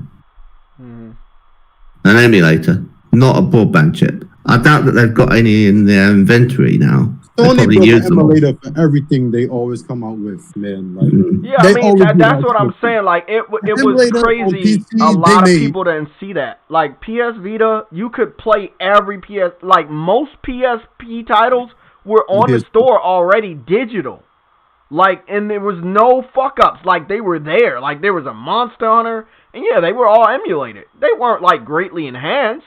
The only difference is you had 2 analog sticks and you could change the button layout. So I believe that it's possible, man. We did the same thing with the PS3, remember? They had a large library of digital PS2 titles. They had a large library of digital PS1 titles. Where did that go? We didn't get that library 100% over here on the PS4. Only a trickle of PS1 and a trickle of PS2 games were made available digital. They have that library. They have that method. They understand that it's something fans want. I definitely believe they're going to put that into effect. You guys. Well, there's another issue, you see. The thing is that they need to do a better job than Microsoft did. Because Microsoft's backwards compatibility is a lie. What? They don't really do it. They don't have hardware backwards compatibility because they don't have PowerPC in there, because that's what the Xbox 360 is based on. So unlike the PS3, which had, when it launched, it had the circuitry of a PS2 inside of it, which meant it could run PS2, PS1 games, because the PS2 is compatible with the PS1, and it had obviously the PS3 circuitry in there. It would just turn itself off in terms of thinking of itself as a PS3, and it would run as a PS2 when you put in a PS2 disc or you put in a PS1 disc, which meant you had full hardware backwards compatibility. Now, the distinction is with the Xbox One is that when they brought in backwards compatibility on that, it was a different architecture, and that's always difficult. There are ways around it. Like there was something that Apple did, which was called Rosetta. But generally speaking, if you're using a completely different architecture, it's pretty hard to do an emulation. And they had this thing where they said, well, okay, the way it'll work is we'll build a wrapper for each game that we bring into the library. So we're not saying every game, we're just doing selective games as we work through the catalog. So it's kind of like, you know, which ones should we do first? Mm-hmm. And so you end up with situations like Jet Set Radio Future, which is really good, one of my favorite games. It doesn't work because they haven't done the wrapper for it. And I think they won't do because they haven't got the rights to get access to the code. And they need the access to the code, they need the rights to the music. All of those things are all kind of holding them back. So if they wrote an emulator, like we hope that they're doing for the Sony system, what would happen is you put it into the emulator, your Jet Set Radio Future disc from your old Xbox, and it would just work. Okay? Because as far as the Xbox One is concerned, it thinks it says Xbox 360 when the emulator's running perfectly. But because Microsoft don't know what they're doing, they made this thing where you had to have a kind of partial API interface between the you basically have like parts of their system that runs the graphics. They have to kind of say, well, which parts of the game are using this part of the graphics drivers, right? And then they went off and they made a wrapper that sandwiches like a glue between the game and that, so they know that the game utilizes these tools, and then that's how they get the whole thing to finesse. And that means they need to have too much. Super chat. True Witty, $2 super chat. Sorry, I missed this one. Sony might get someone to make a game like Forza. I don't want that because we already have Gran Turismo. What we need is a off-road racing game like MotorStorm. But again, they have the rights. They just have to get a dev to work on a new MotorStorm. They could hire a Codemaster. But they've got that in in Dirt 5. Yeah, that's what I'm saying. Like, if you really want a MotorStorm experience, I guess at this point in time now, you really don't have to keep asking Sony to make one. The only reason to make one would be, obviously, it should be superior, and of course it would be exclusive, but I don't know, man. I mean, the thing about MotorStorm is it had like a volcano that exploded, stuff like that, didn't it? So I don't think we're getting that in Dirt 5. Hold on. He sent another super chat. A couple of devs refuse to put their games on Game Pass. It's not a couple, it's a lot. Especially the big AAA developers. They are not going to do that. Because the money that you can make from individuals paying $60, I'm sorry, it's greater than anything you can get up front from Microsoft. And, like, how many times can Microsoft pay a developer up front? Like, that's a lot of money you're wasting just to get them to put their games on Game Pass? Hold on. Oh, okay, I read this one. Okay, so True Witty, you sent a shitload of super chats, man. Thank you for the support. You sent three super chats. I think I got everything right. Yeah, I think I read everything. But yeah, man. I don't know, man. Think about how much money would that be? Like if you pay every developer up front to put their game on Game Pass. That would cost them a lot of fucking money. Exactly. So, but how much money are the individual developers making back? Do they make the money back, or does all that money go into Microsoft's pocket?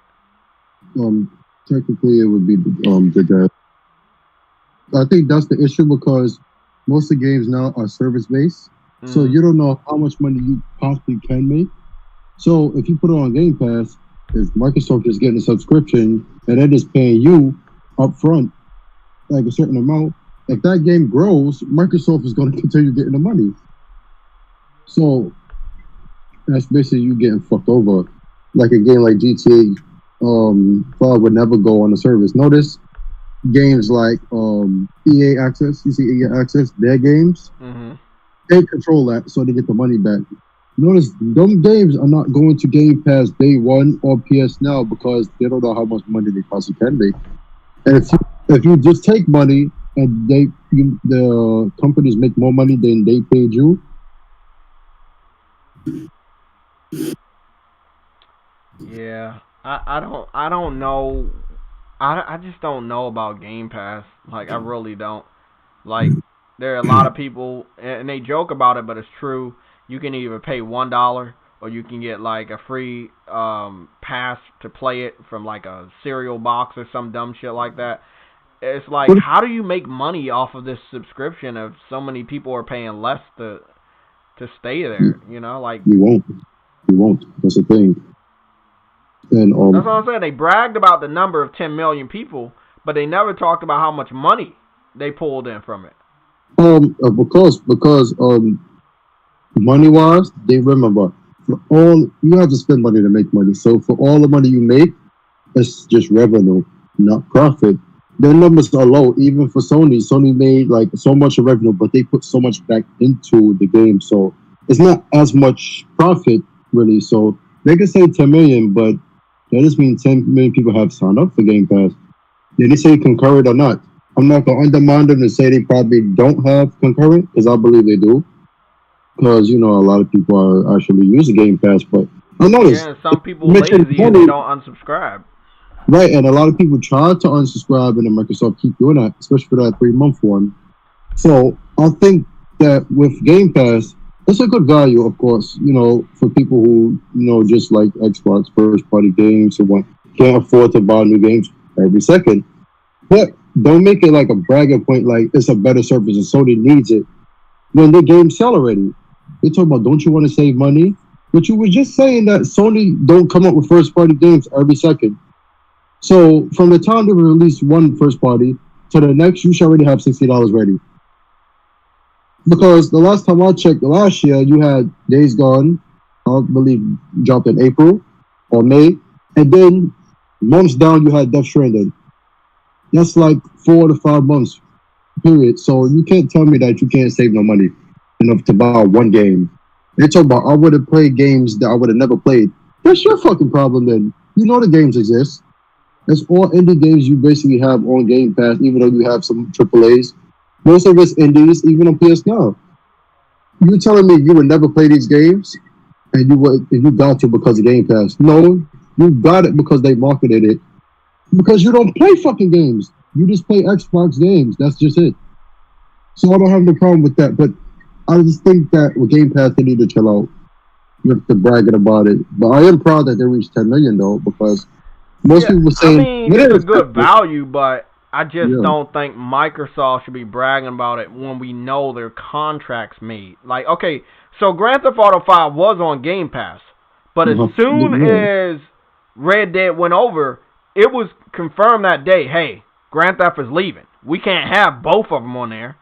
Like you said, it's a service.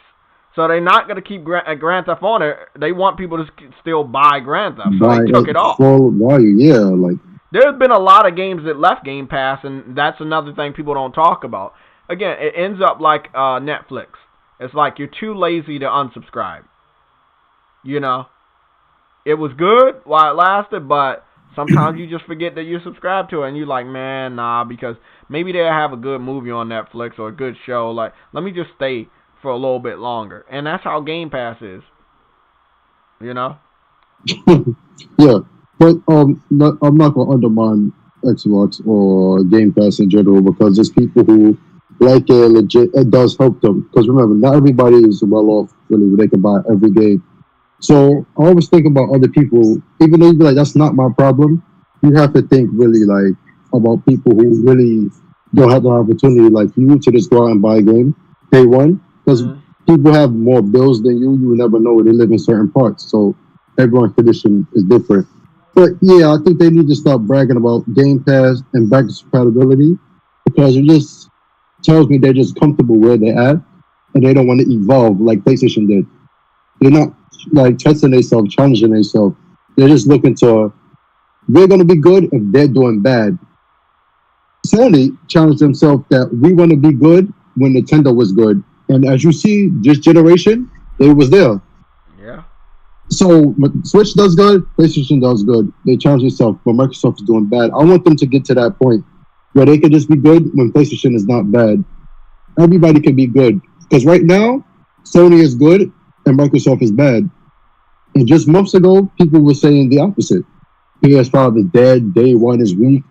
You still have people saying that, but the majority are saying PlayStation, PlayStation, PlayStation. But yeah, I want Microsoft to focus on their first party.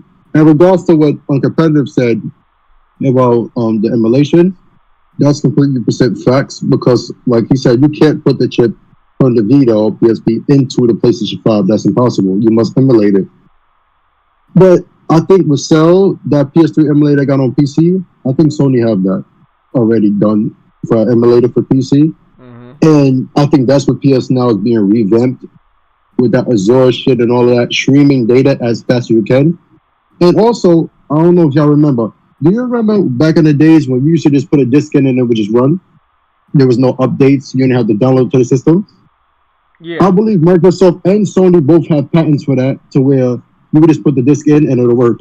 I think that's what they also doing with backwards compatibility, Sony and Microsoft. So I don't want y'all to forget about that. I think that's what they're trying to do. When you put a disc in and it just works, like how a current game would.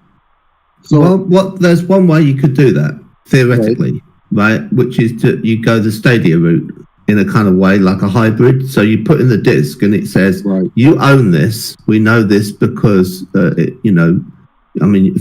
it's like your proof that you own it. It's your passport to play, so to speak, right? You have possession of the disc, right? And then what happens is it says we don't need to play it off the disc. We don't need to install it. That's going to take time. So what happens is they then stream it from their server into your system, which is online, and then they are installing it in the background so that you don't need to be online the whole time. I think that's a good idea. I think they might. I really think they might do just that. I mean, think about how many games we picked up this gen. I think a lot of gamers probably got more digital games than they ever did.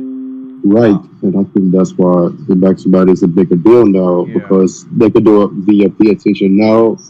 PlayStation Plus and all of that shit. Like your online account. It's like how you have iCloud on the phone or Google Drive, all of that, where you could just carry it over.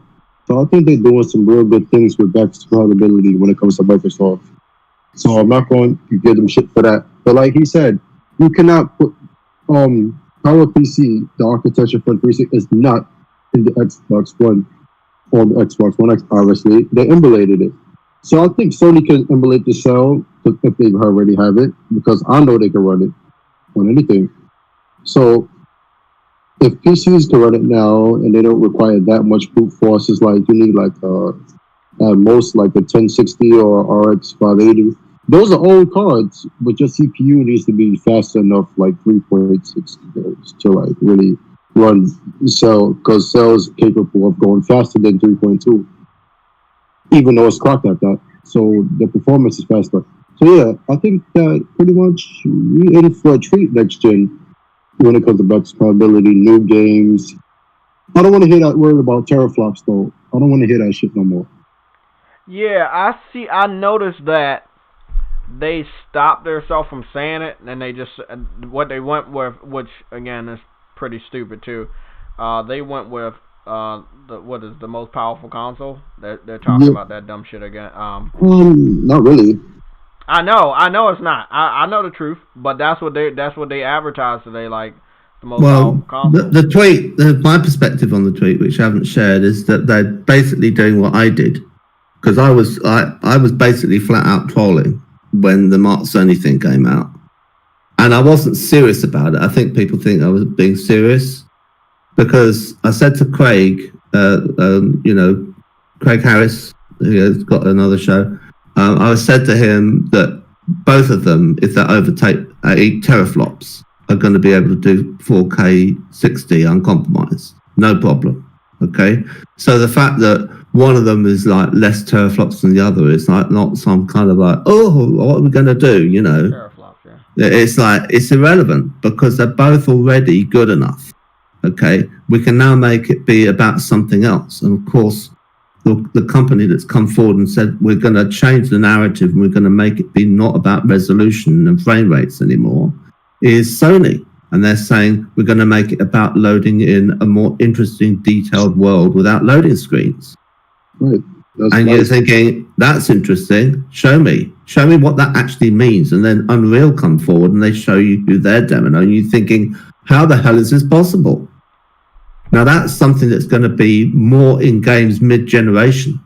But what's great about that is it's going to be in PlayStation games and only PlayStation games mid-generation.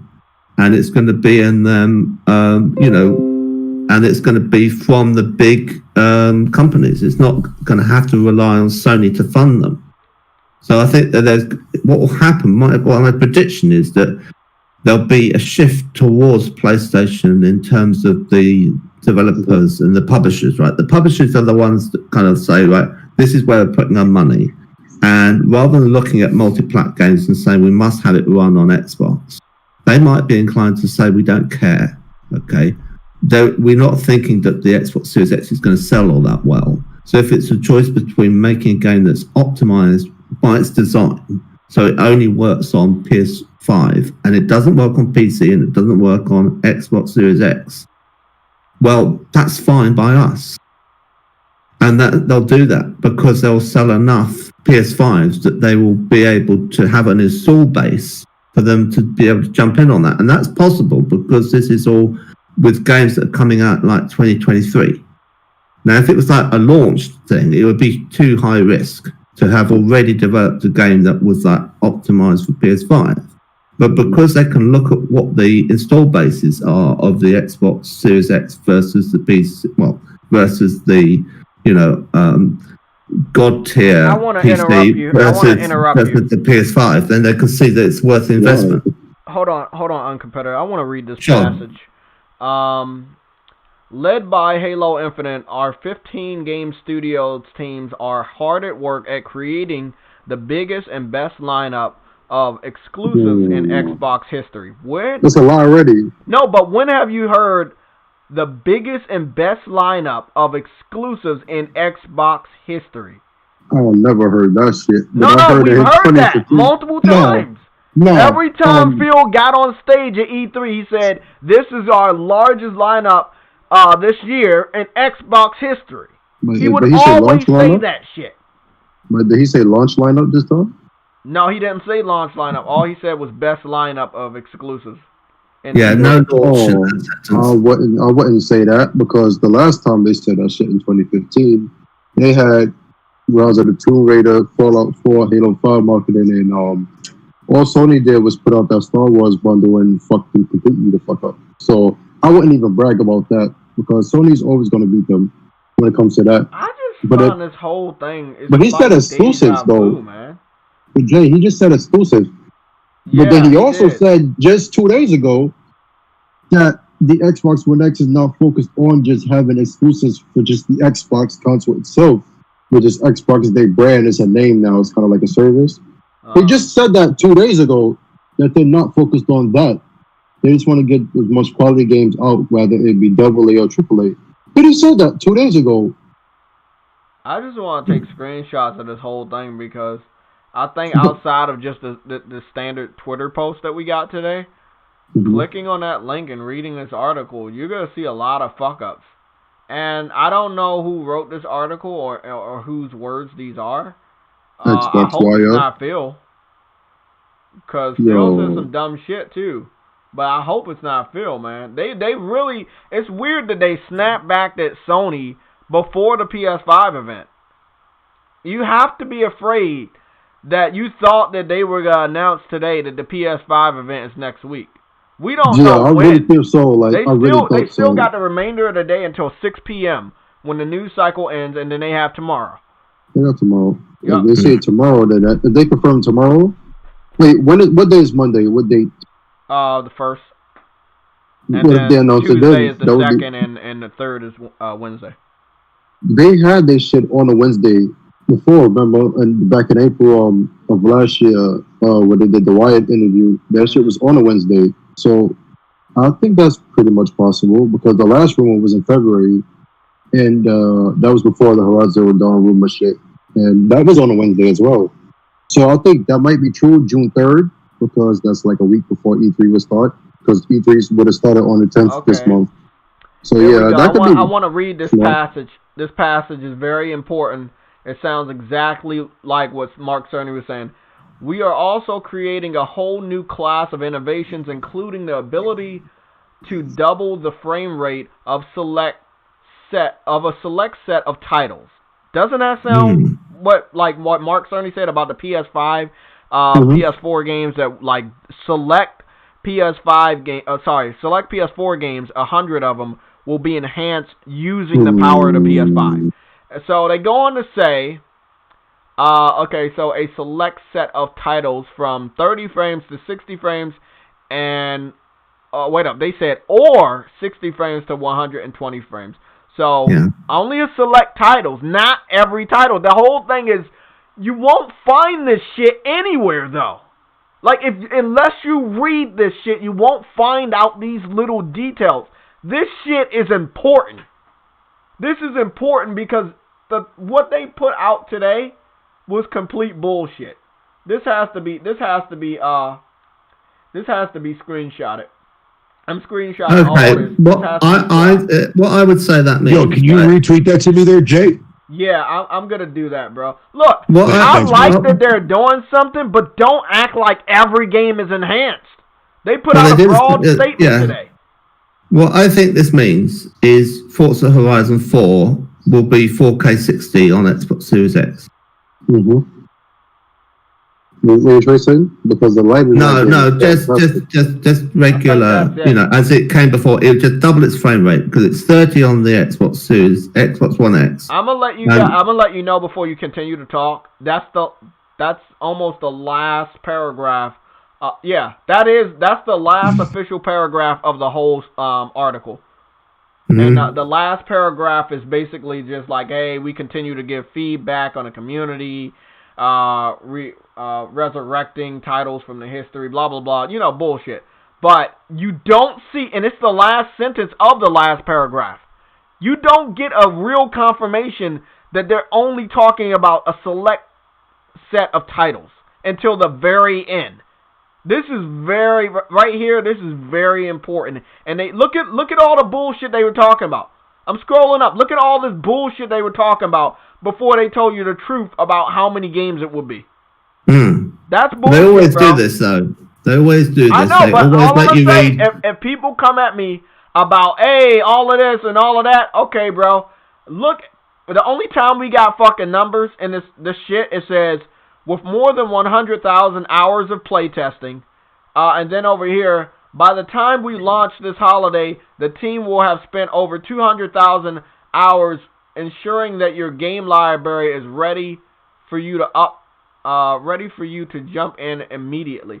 But we don't get any other type of numbers, like the amount of games that there will be that are actually enhanced. At the very end, they confirm that only a select set of those games will be truly enhanced in the way that we think. And we're not talking about resolution, because look, a lot of games on Xbox One X were enhanced for resolution. This time, most gamers are worrying about frame rate because we know that resolution was a strong suit for Xbox. But wow, bro, this is big. The last fucking sentence of the real meat of this article, and then they end talking about the dumb shit right here. True Witty, I see you with the $2 super chat. What how many super chats motherfucker gonna send, bro? I don't know, man. But thank you for all the support today. This is gonna help me get a VR headset. That's the next thing I'm buying. People miss the what is it? The Unreal Engine 5. Could be the Unreal UE5. Engine 5 pulled 8K assets. Yeah, on the rocks and shit. Yeah. This is important. I think that if Microsoft is Phil Spencer said they wanted to be more transparent. You need to be transparent about this. What's the number? Sony did give us a number. It was 100. That's still a good amount of games that are be truly enhanced by the power of the PS5. especially if we know majority of them are the biggest exclusives. Like Yeah, I Spider-Man. don't think that Xbox has got 100 games that it could actually upgrade anyway. So yeah, that's gonna be tough. This right here is important, people. I mean, list 100 games on Xbox that are worth upgrading. Gears, Halo. I could think of about Forza, 30, maybe. Rise, Quantum Break. They don't have to be exclusives. Oh, But I mean, yeah, I suppose they do need to be exclusive. You know, I mean, Sunset Overdrive needs to be enhanced, but I don't know. Microsoft platform exclusive. I don't know if Insomniac is gonna come back to Microsoft to enhance that game, because you really what is that game like 900? What is it? 900p, 30 frames or 60 frames, something like that. But they would need Insomniac to come back and rework the game to run in 4K 60 or 4K 100 frames per second. So. I mean, that's the thing. Like, you got to make sure you have a good connection with any other third party that worked on games. See if they're really willing to enhance these games. Is it going to be free? Do they have to pay these developers to do that? That's why I know for a fact the PlayStation is better, because you already have these studios underneath you that made some pretty impressive games that can truly be enhanced. About the payment thing, I don't think it's a huge problem, because the Microsoft DirectX code is kind of something where they make it very scalable, because it has to work on PC. And you know my point I made earlier about how games have to be decoupled from the clock of the CPU. The same goes for the GPU, which means that if you're running on a much better GPU, it scales towards that, and you can have settings where you can configure it to take advantage of features of that GPU. So when you write a game, I've got an echo. Where's the echo going?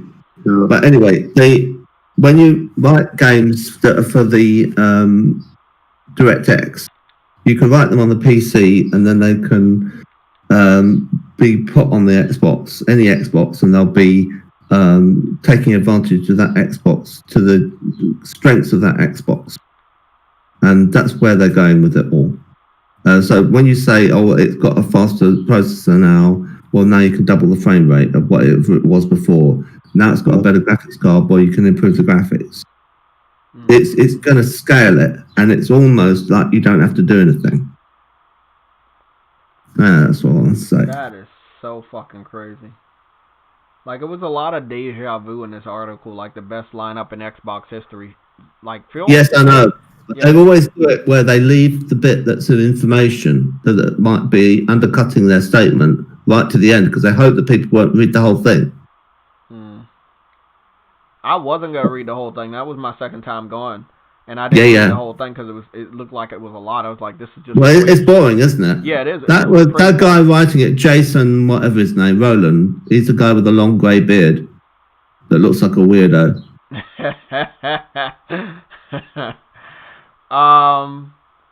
Hey, Fatal, which part of the article did you want me to post?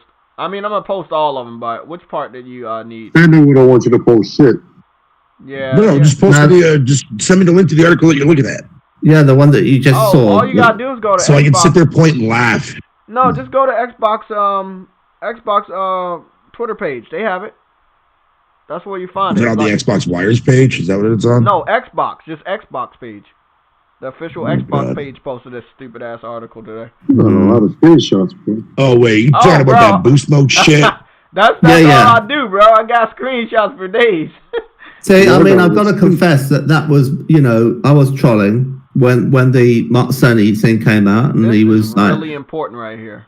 I was making out how the thing was variable, and what that really meant was that people were missing the fact that because he's talking up, it's 10.28. Well, first of all, he says it's 10.3 teraflops, and that's not true. It's 10.28 maximum.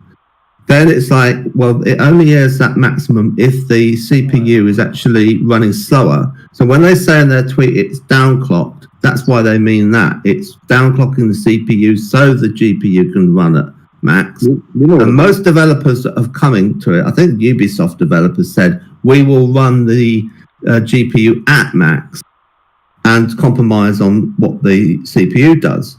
Now, I tried to establish, well, how fast does the CPU run? Because he's saying the CPU runs at 3.5 gigahertz, and it clearly doesn't if it's doing 10.28 teraflops on the other side.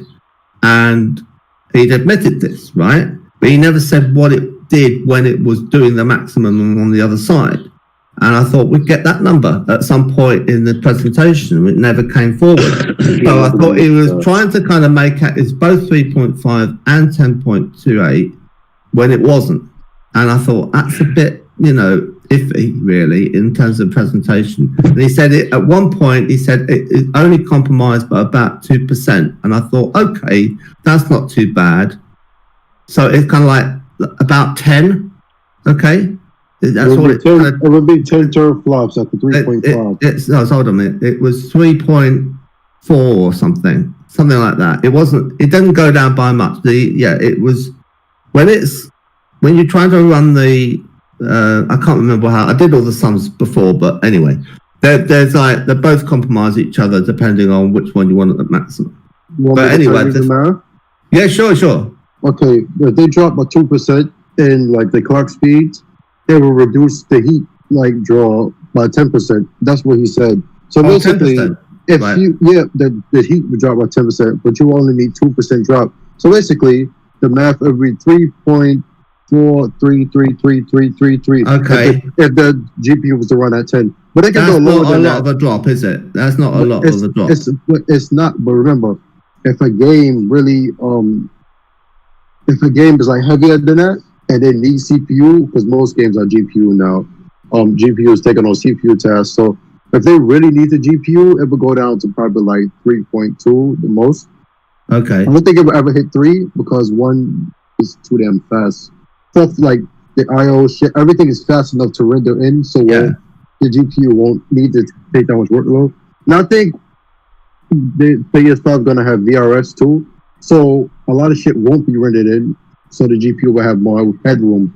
So that's what he said. We expect it to run at max clock speeds most of the time. I believe he was telling the truth because they have all these things around to not make the GPU be stressed, even Microsoft. So I think it should run mostly 10 most of the time. And the lowest I can see it going is 10 or 9.8. So the CPU can run. Well, look at the scenario of a game, right? That has cutscenes, okay? When it's in the game, it's needing the CPU for the AI and the physics. And when it's running through a cutscene, it might only rely on the GPU to do an in-game rendered cutscene. Okay. And it's not using the CPU much at all. So it doesn't need to throttle back on that. This is the dumbest thing I ever saw. Somebody said that. Okay, I'm gonna read this tweet. This is a stupid tweet. Oh shit! Yeah, this is a real stupid tweet. Can we see it?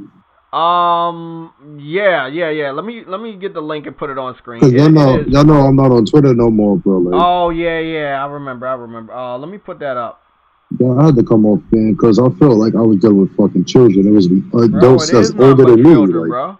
I mean, no, but you have people that's 50 years old, people that's retired police, like Mr. Boomstick, that's here in New York City, the state, a police officer who's supposed to conduct himself properly. He retired, everything, but the type of discipline you really supposed to have and conduct yourself, the type of decorum you're supposed to have, he doesn't have, and I feel like that's a shame.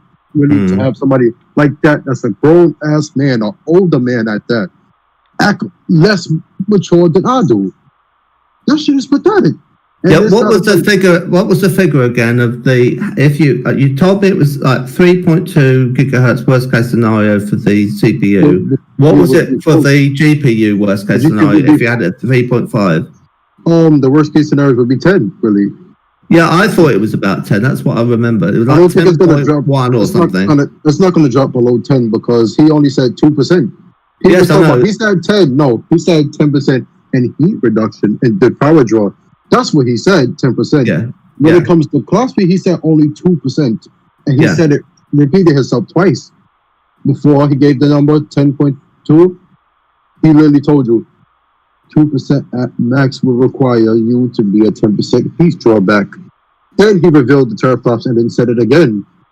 He said in that worst case scenario, when the game happened, the GPU will lower itself, blah, blah, blah, the same 2%. And then he said a 10% heat draw. Then he said, but we don't expect it to drop that much. 2%, only a drop, is barely anything. That's like the difference between the Xbox One X and Pro CPU is literally less than 2%. So if you did just 2% in GPU, that's not going to make a difference because remember, the clock speed is still fast as fuck. A 2% drop in the clock speed itself, a 2.2 gigahertz, that shit is like only like 80 gigahertz, like Okay, megahertz. So yeah. if we're gonna like I put this tweet on the screen. I think Right, Uncompetitive's gonna have a laugh at this one. the PS2 beat the Xbox 360, beat the PS3. No, it did not. The PS3 and the fucking N64 beat the PS1. And what reality did the N64 beat the Wait, PS1? what? Well, I It don't did think not. it did it? No, it didn't. It did didn't even not come at close. all. Like, It did for me, because that's the only one I bought that time. No, I had it, and I was a But, Nintendo fanboy. But when I grew up, I figured out that when I looked at the history and the games, bro, the PS1 dominated that gen, just like it did with the PS2. I don't understand about that 360 because see, if you sat through the whole generation, PS3 started making a comeback in 2009. Yeah, It was pretty much over at that point. 2008. Well, 2008 it started. What? I was hard boycotting. Metal Gear Solid. Okay, yeah. I was hard But the boycotting games all really Sony started products pouring out throughout in all that period. 2009. So Wait, what you said, Uncompetitive? I was hard boycotting Sony products throughout the whole period. So I didn't get a PS1 or a PS2 or a PS3 for that reason. And I eventually relented and forgave them and thought they'd probably got different people working there now. Wait, why did you? Oh, well, what happened was I bought a $2,000 notebook from them, my laptop, and I had a 3-year guarantee, and it was faulty. So like every time I swapped the mouse for the floppy disk, because it didn't have its own internal floppy disk, you had to plug it in through USB, it would crash. And I thought, well, this is no good. I can't save anything to back it up and use a mouse, and I want to use a mouse. So this is like a really long time ago. This is like Windows 98 was on it. And so I go to them and say, look, can it, be fixed? And I tell them what the problem is. And they say, send it in. And, first of all, they get me to kind of reinstall the Windows OS about 16 times because they're like not convinced that there can be anything wrong with it. And it still does it even without installing any apps. It does it from the software that comes with it, right? So then I send it in, and they say they can't find anything wrong with it, and they send it back to me. But it's still wrong.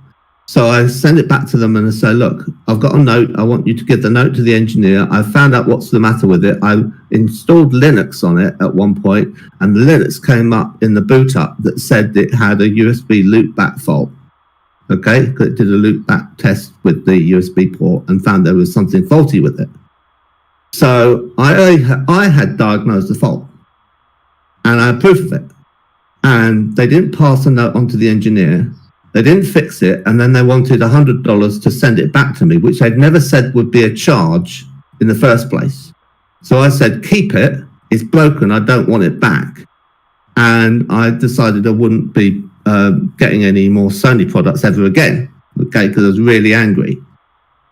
And the guy from Sony Ireland were kind of like thought maybe this guy, because he doesn't want it back, it's like got a point, and he was like, okay, well, I'll do something about it, and eventually I didn't have to pay the $100 to get the thing back, but I didn't really use it that much after that, and that's why I switched to Apple, which is more expensive, but it doesn't really go wrong. So that's the end of that story. Well, that was a long story. I know. It was an interesting story, though. You learned people, I'm going to be honest. I boycotted the PSP because I was still a Nintendo fan at the time. And I hated it. I didn't like it. I had a DS. And, the fucking advertisement from the PSP and the graphics were like, when I eventually got one, which was I think it was 2 years later, and I had grown up, was a teenager. I just grew out of Nintendo, and that was the one I told you I dropped, and the top screen of the DS had fucked up, and I only had the bottom screen, and I basically just gave up. I wasn't gaming on any of Nintendo's consoles. I was seeing my brother more, and I saw that he had a PS2, so I wanted to be like on his team with the PlayStation. So the only thing I could I wanted my mom to buy was something a little cheaper, and that was the PSP. Because I was still going to school, still moving around. So man, when I got that PSP and learned how to use it and everything, bro, that shit blew my mind. It blew my mind, like everything that it could do. It was amazing. Did you take it to school? Oh yeah, definitely, yeah. But I mean, wasn't that a risk that someone would steal it? No, because it always stayed in my pocket.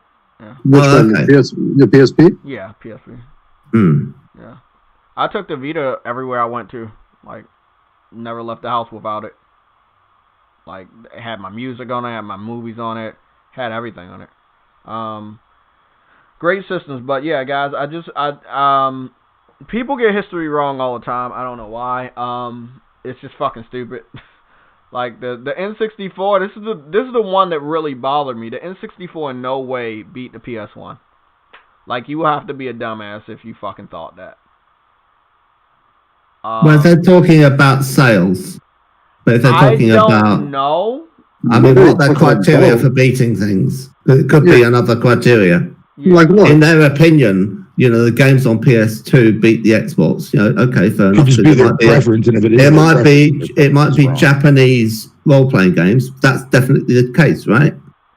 But in what way did the N64 beat the PS1? I don't know. It might be their personal opinion, but it might not be anything to do with sales and install base of consoles. But generally speaking, when you say beat, that's what you mean. Is it sold more? Yeah. I'm telling people, like, it's so stupid that what happened last gen was like 8 years ago, and motherfuckers acting like it didn't happen. I did what I did on YouTube to make sure people wouldn't forget the history. If anybody wanted to know. Because jumping in on the console war and officially in 2008, watching El Presador and Solid Rev and 7th Level in 2006 and 2007, me and my brother, we wanted to jump into the console war to set the record straight about so many things that were wrong. So many people were lying about so many things. That's why I did what I did last gen. So people would not forget that we had great games. This system did this, and this was possible. And it's like, wow, bro. People want to drag what they want to drag from last gen. They did not participate in last gen, by the way. And they say, hey, Xbox 361. And, oh, yeah, I wasn't even born until after 2000.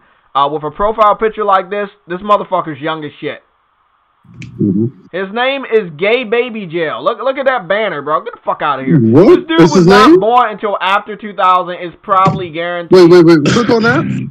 You see that right there? It says Gay Baby Jail.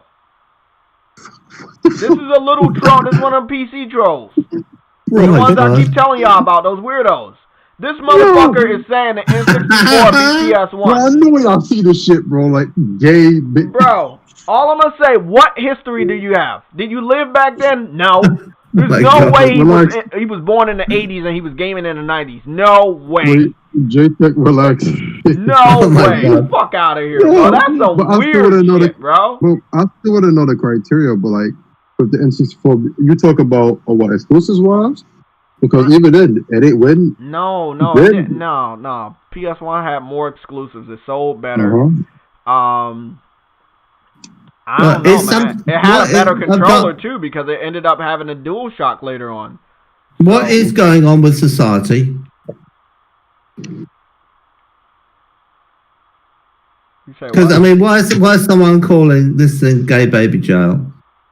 Oh no, Is this that's It's a his banner fucking for idiot. Twitter. is this kind of a millennial thing or a post-millennial thing? No, 'Cause what I'm I know thinking- that's his Twitter banner, bro. Like he's just. I know that, Oh. that. But the thing is that I've been around a long time, right? Yeah. I'm 50, right? Yeah. So I've been through the whole of the 80s where people were like coming out and being gay, and I thought, okay, fine, I'll get on board with that. And then there were all this other stuff that started up, and people being trans, and I thought that's strange. Okay, then I kind of like understood what that was all about. And then we've got these really people that are like identifying as being animals, like the person who got working at Twitch recently, who thinks that themselves that they are they're born male, but they identify as a woman, right? So they're trans, but they also think that they are a male deer with antlers. Oh, that Right? video.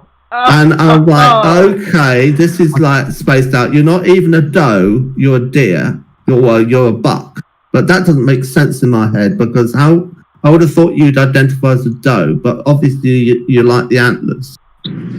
But you also want to be a woman. So I'm kind of like, okay. And then there's this thing about the fetishism of the being a baby. So you're thinking like, I am a gay baby in jail. Like you're in the closet, right? And I'm trying to understand the psychology of this. I mean, is it a pedo thing? Let me break this down because I gotta leave in about 20 minutes. So let me break this down. Let me break it down. These people are part of the PC master race, but not the original elites. The elites that roamed around the console generation, last gen, the gen before that, and the gen before that. They're not the original PC master race. You know, it's kind of like a band that replaces the majority of the band. It's not the same fucking band you grew up with. They're a lot of them are branched out. One person I met when I found out about the new PC Master Race was a guy named Rags. He had a dog as his profile picture. He was homosexual, and he liked to. It was weird. It's like something called furries, and they draw very muscular animal humans that are gay, and fuck other muscular animal humanoids that are also gay.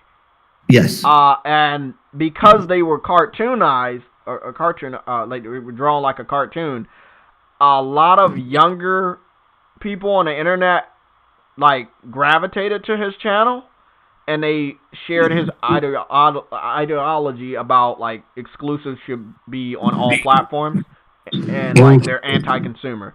So this is one of those branches. Now I found out about Rags about 5 years ago. I don't even know if he's on YouTube. I know he's been banned from Twitter. No, he's not on YouTube anymore, but he's on another channel as a guest. Okay, so yeah, he kind of like got his fame. I think he's sitting at like 300,000 subscribers, but yeah. I knew you was talking about him once you said 300. Yeah. So it's like he got that, but he got that because he basically just tears into people. But he was gay and he had a cartoon dog, and a lot of younger kids like that. So a lot of them branched out from that. So they're not really playing games. They like PC, and they think PC is better than everything, but they haven't really tested that out because most of their PCs run like shit. They're basically living room PCs. I'll make a correction here. He lost his I think he lost his channel on YouTube. He's got it back again, and he's been banned from Twitter. Yes, he's been banned from Twitter. That's the difference. That's the difference. Yeah. And he had a lot of followers that branched out. Like Fratanga was one of his followers. And then I think Mario Sniper was a follower of Fratanga. And then you have all these other people that worship these individuals, and they're like this. They're weirdos just like this. Look at this guy. Let's look at this guy. This guy is following 100 people. He only has 35 people. But look how many times he's tweeted. Yes, he's been a busy baby. Yeah. So he's a troll. That's it. He's a troll, and he's a weirdo troll. Well, the thing is, people on PC, they don't have any exclusives. I keep asking them, name 3 PC exclusives that are not in early access or in alpha. Yeah. That are being, come out in the last 2 years, so they can't immediately go to World of Warcraft and League of Legends, and they can't say anything. And I'm thinking, look, I know some Dirty Bomb. You know, why didn't you mention Dirty Bomb? That's an exclusive. That's not on anything else. But they don't seem to mention these things, and I don't know why. It's sad. And I don't know what they're playing. This is the thing. What are they playing that they couldn't be playing on right console? Here, what you're looking at. This is what is the thing that makes what's the thing that makes your platform so special? Is it just enhanced multiplats? Because that seems to be what it is. No, they get the ability to troll people. That's what they're playing. Because if they're bored and they haven't got anything to play, then they're going to be on Twitter all the whole time saying my investment I put into PC is better than all the games that you are playing on console. And I don't have to pay for online, and I don't have to do this, and all of that's true. But the thing is that we pay for the online stuff because it then enables Sony to have the money to make Spider-Man and stuff like that. It's all a kind of ecosystem.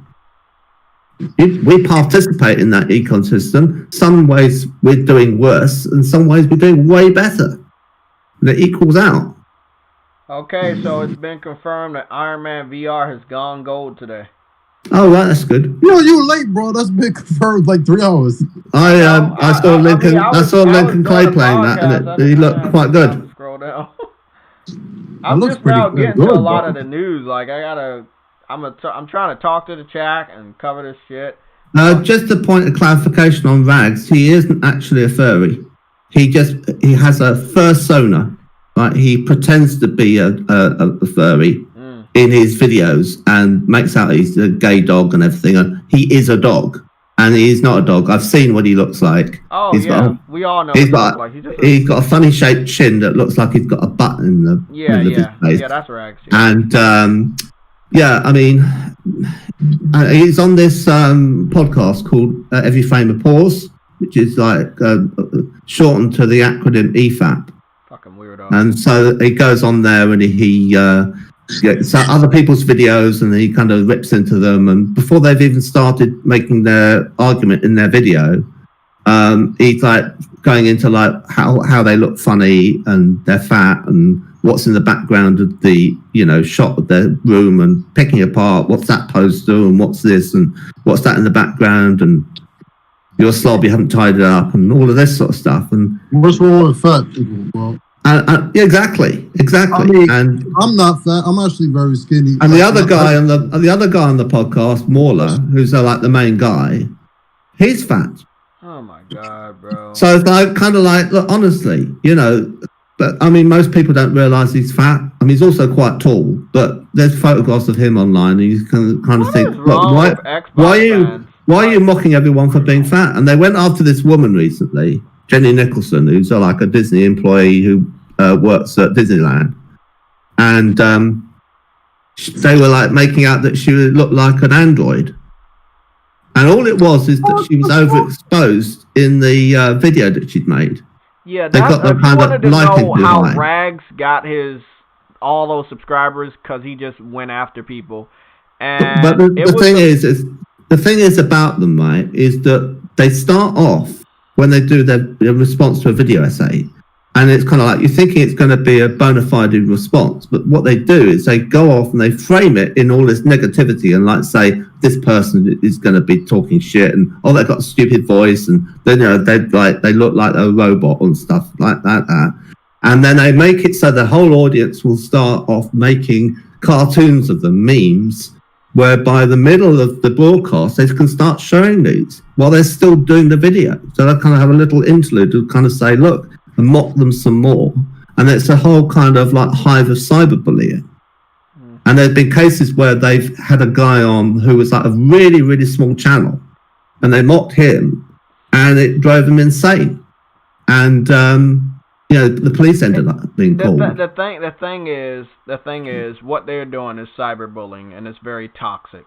Again, these individuals, I don't like when they call themselves gamers because they don't play games. Again, I can start up a game right now, although I really have to go. It's like I got 10 minutes to go. But long story short, I could start up a game anytime. I played like a game yesterday. I think I played Titanfall the day before. Played the game, got a trophy, didn't even look for a trophy, got one. The thing is, they don't even do that. They have a powerful PCs. They should be able to go from one game to another in a couple seconds and play games. They don't do it. They rather talk bad about people than actually play what they brag about. I want to thank everybody for showing up, all the support. True Witty, Andrew Wilkins, Spartan, Uncompetitive. Adam sent me that post. Who else? Vegan VR King, Umar, Jamar Bates. Social Joins was up in here. Andre, 6K. You've been here like 80,000 times. Let me see if I can hook you up with a moderator. What else was here? Wait, you just now realizing that? Bigger. Man, I'm late, bro. I gotta do all this shit by myself sometimes. Like, I wish other people could help me out.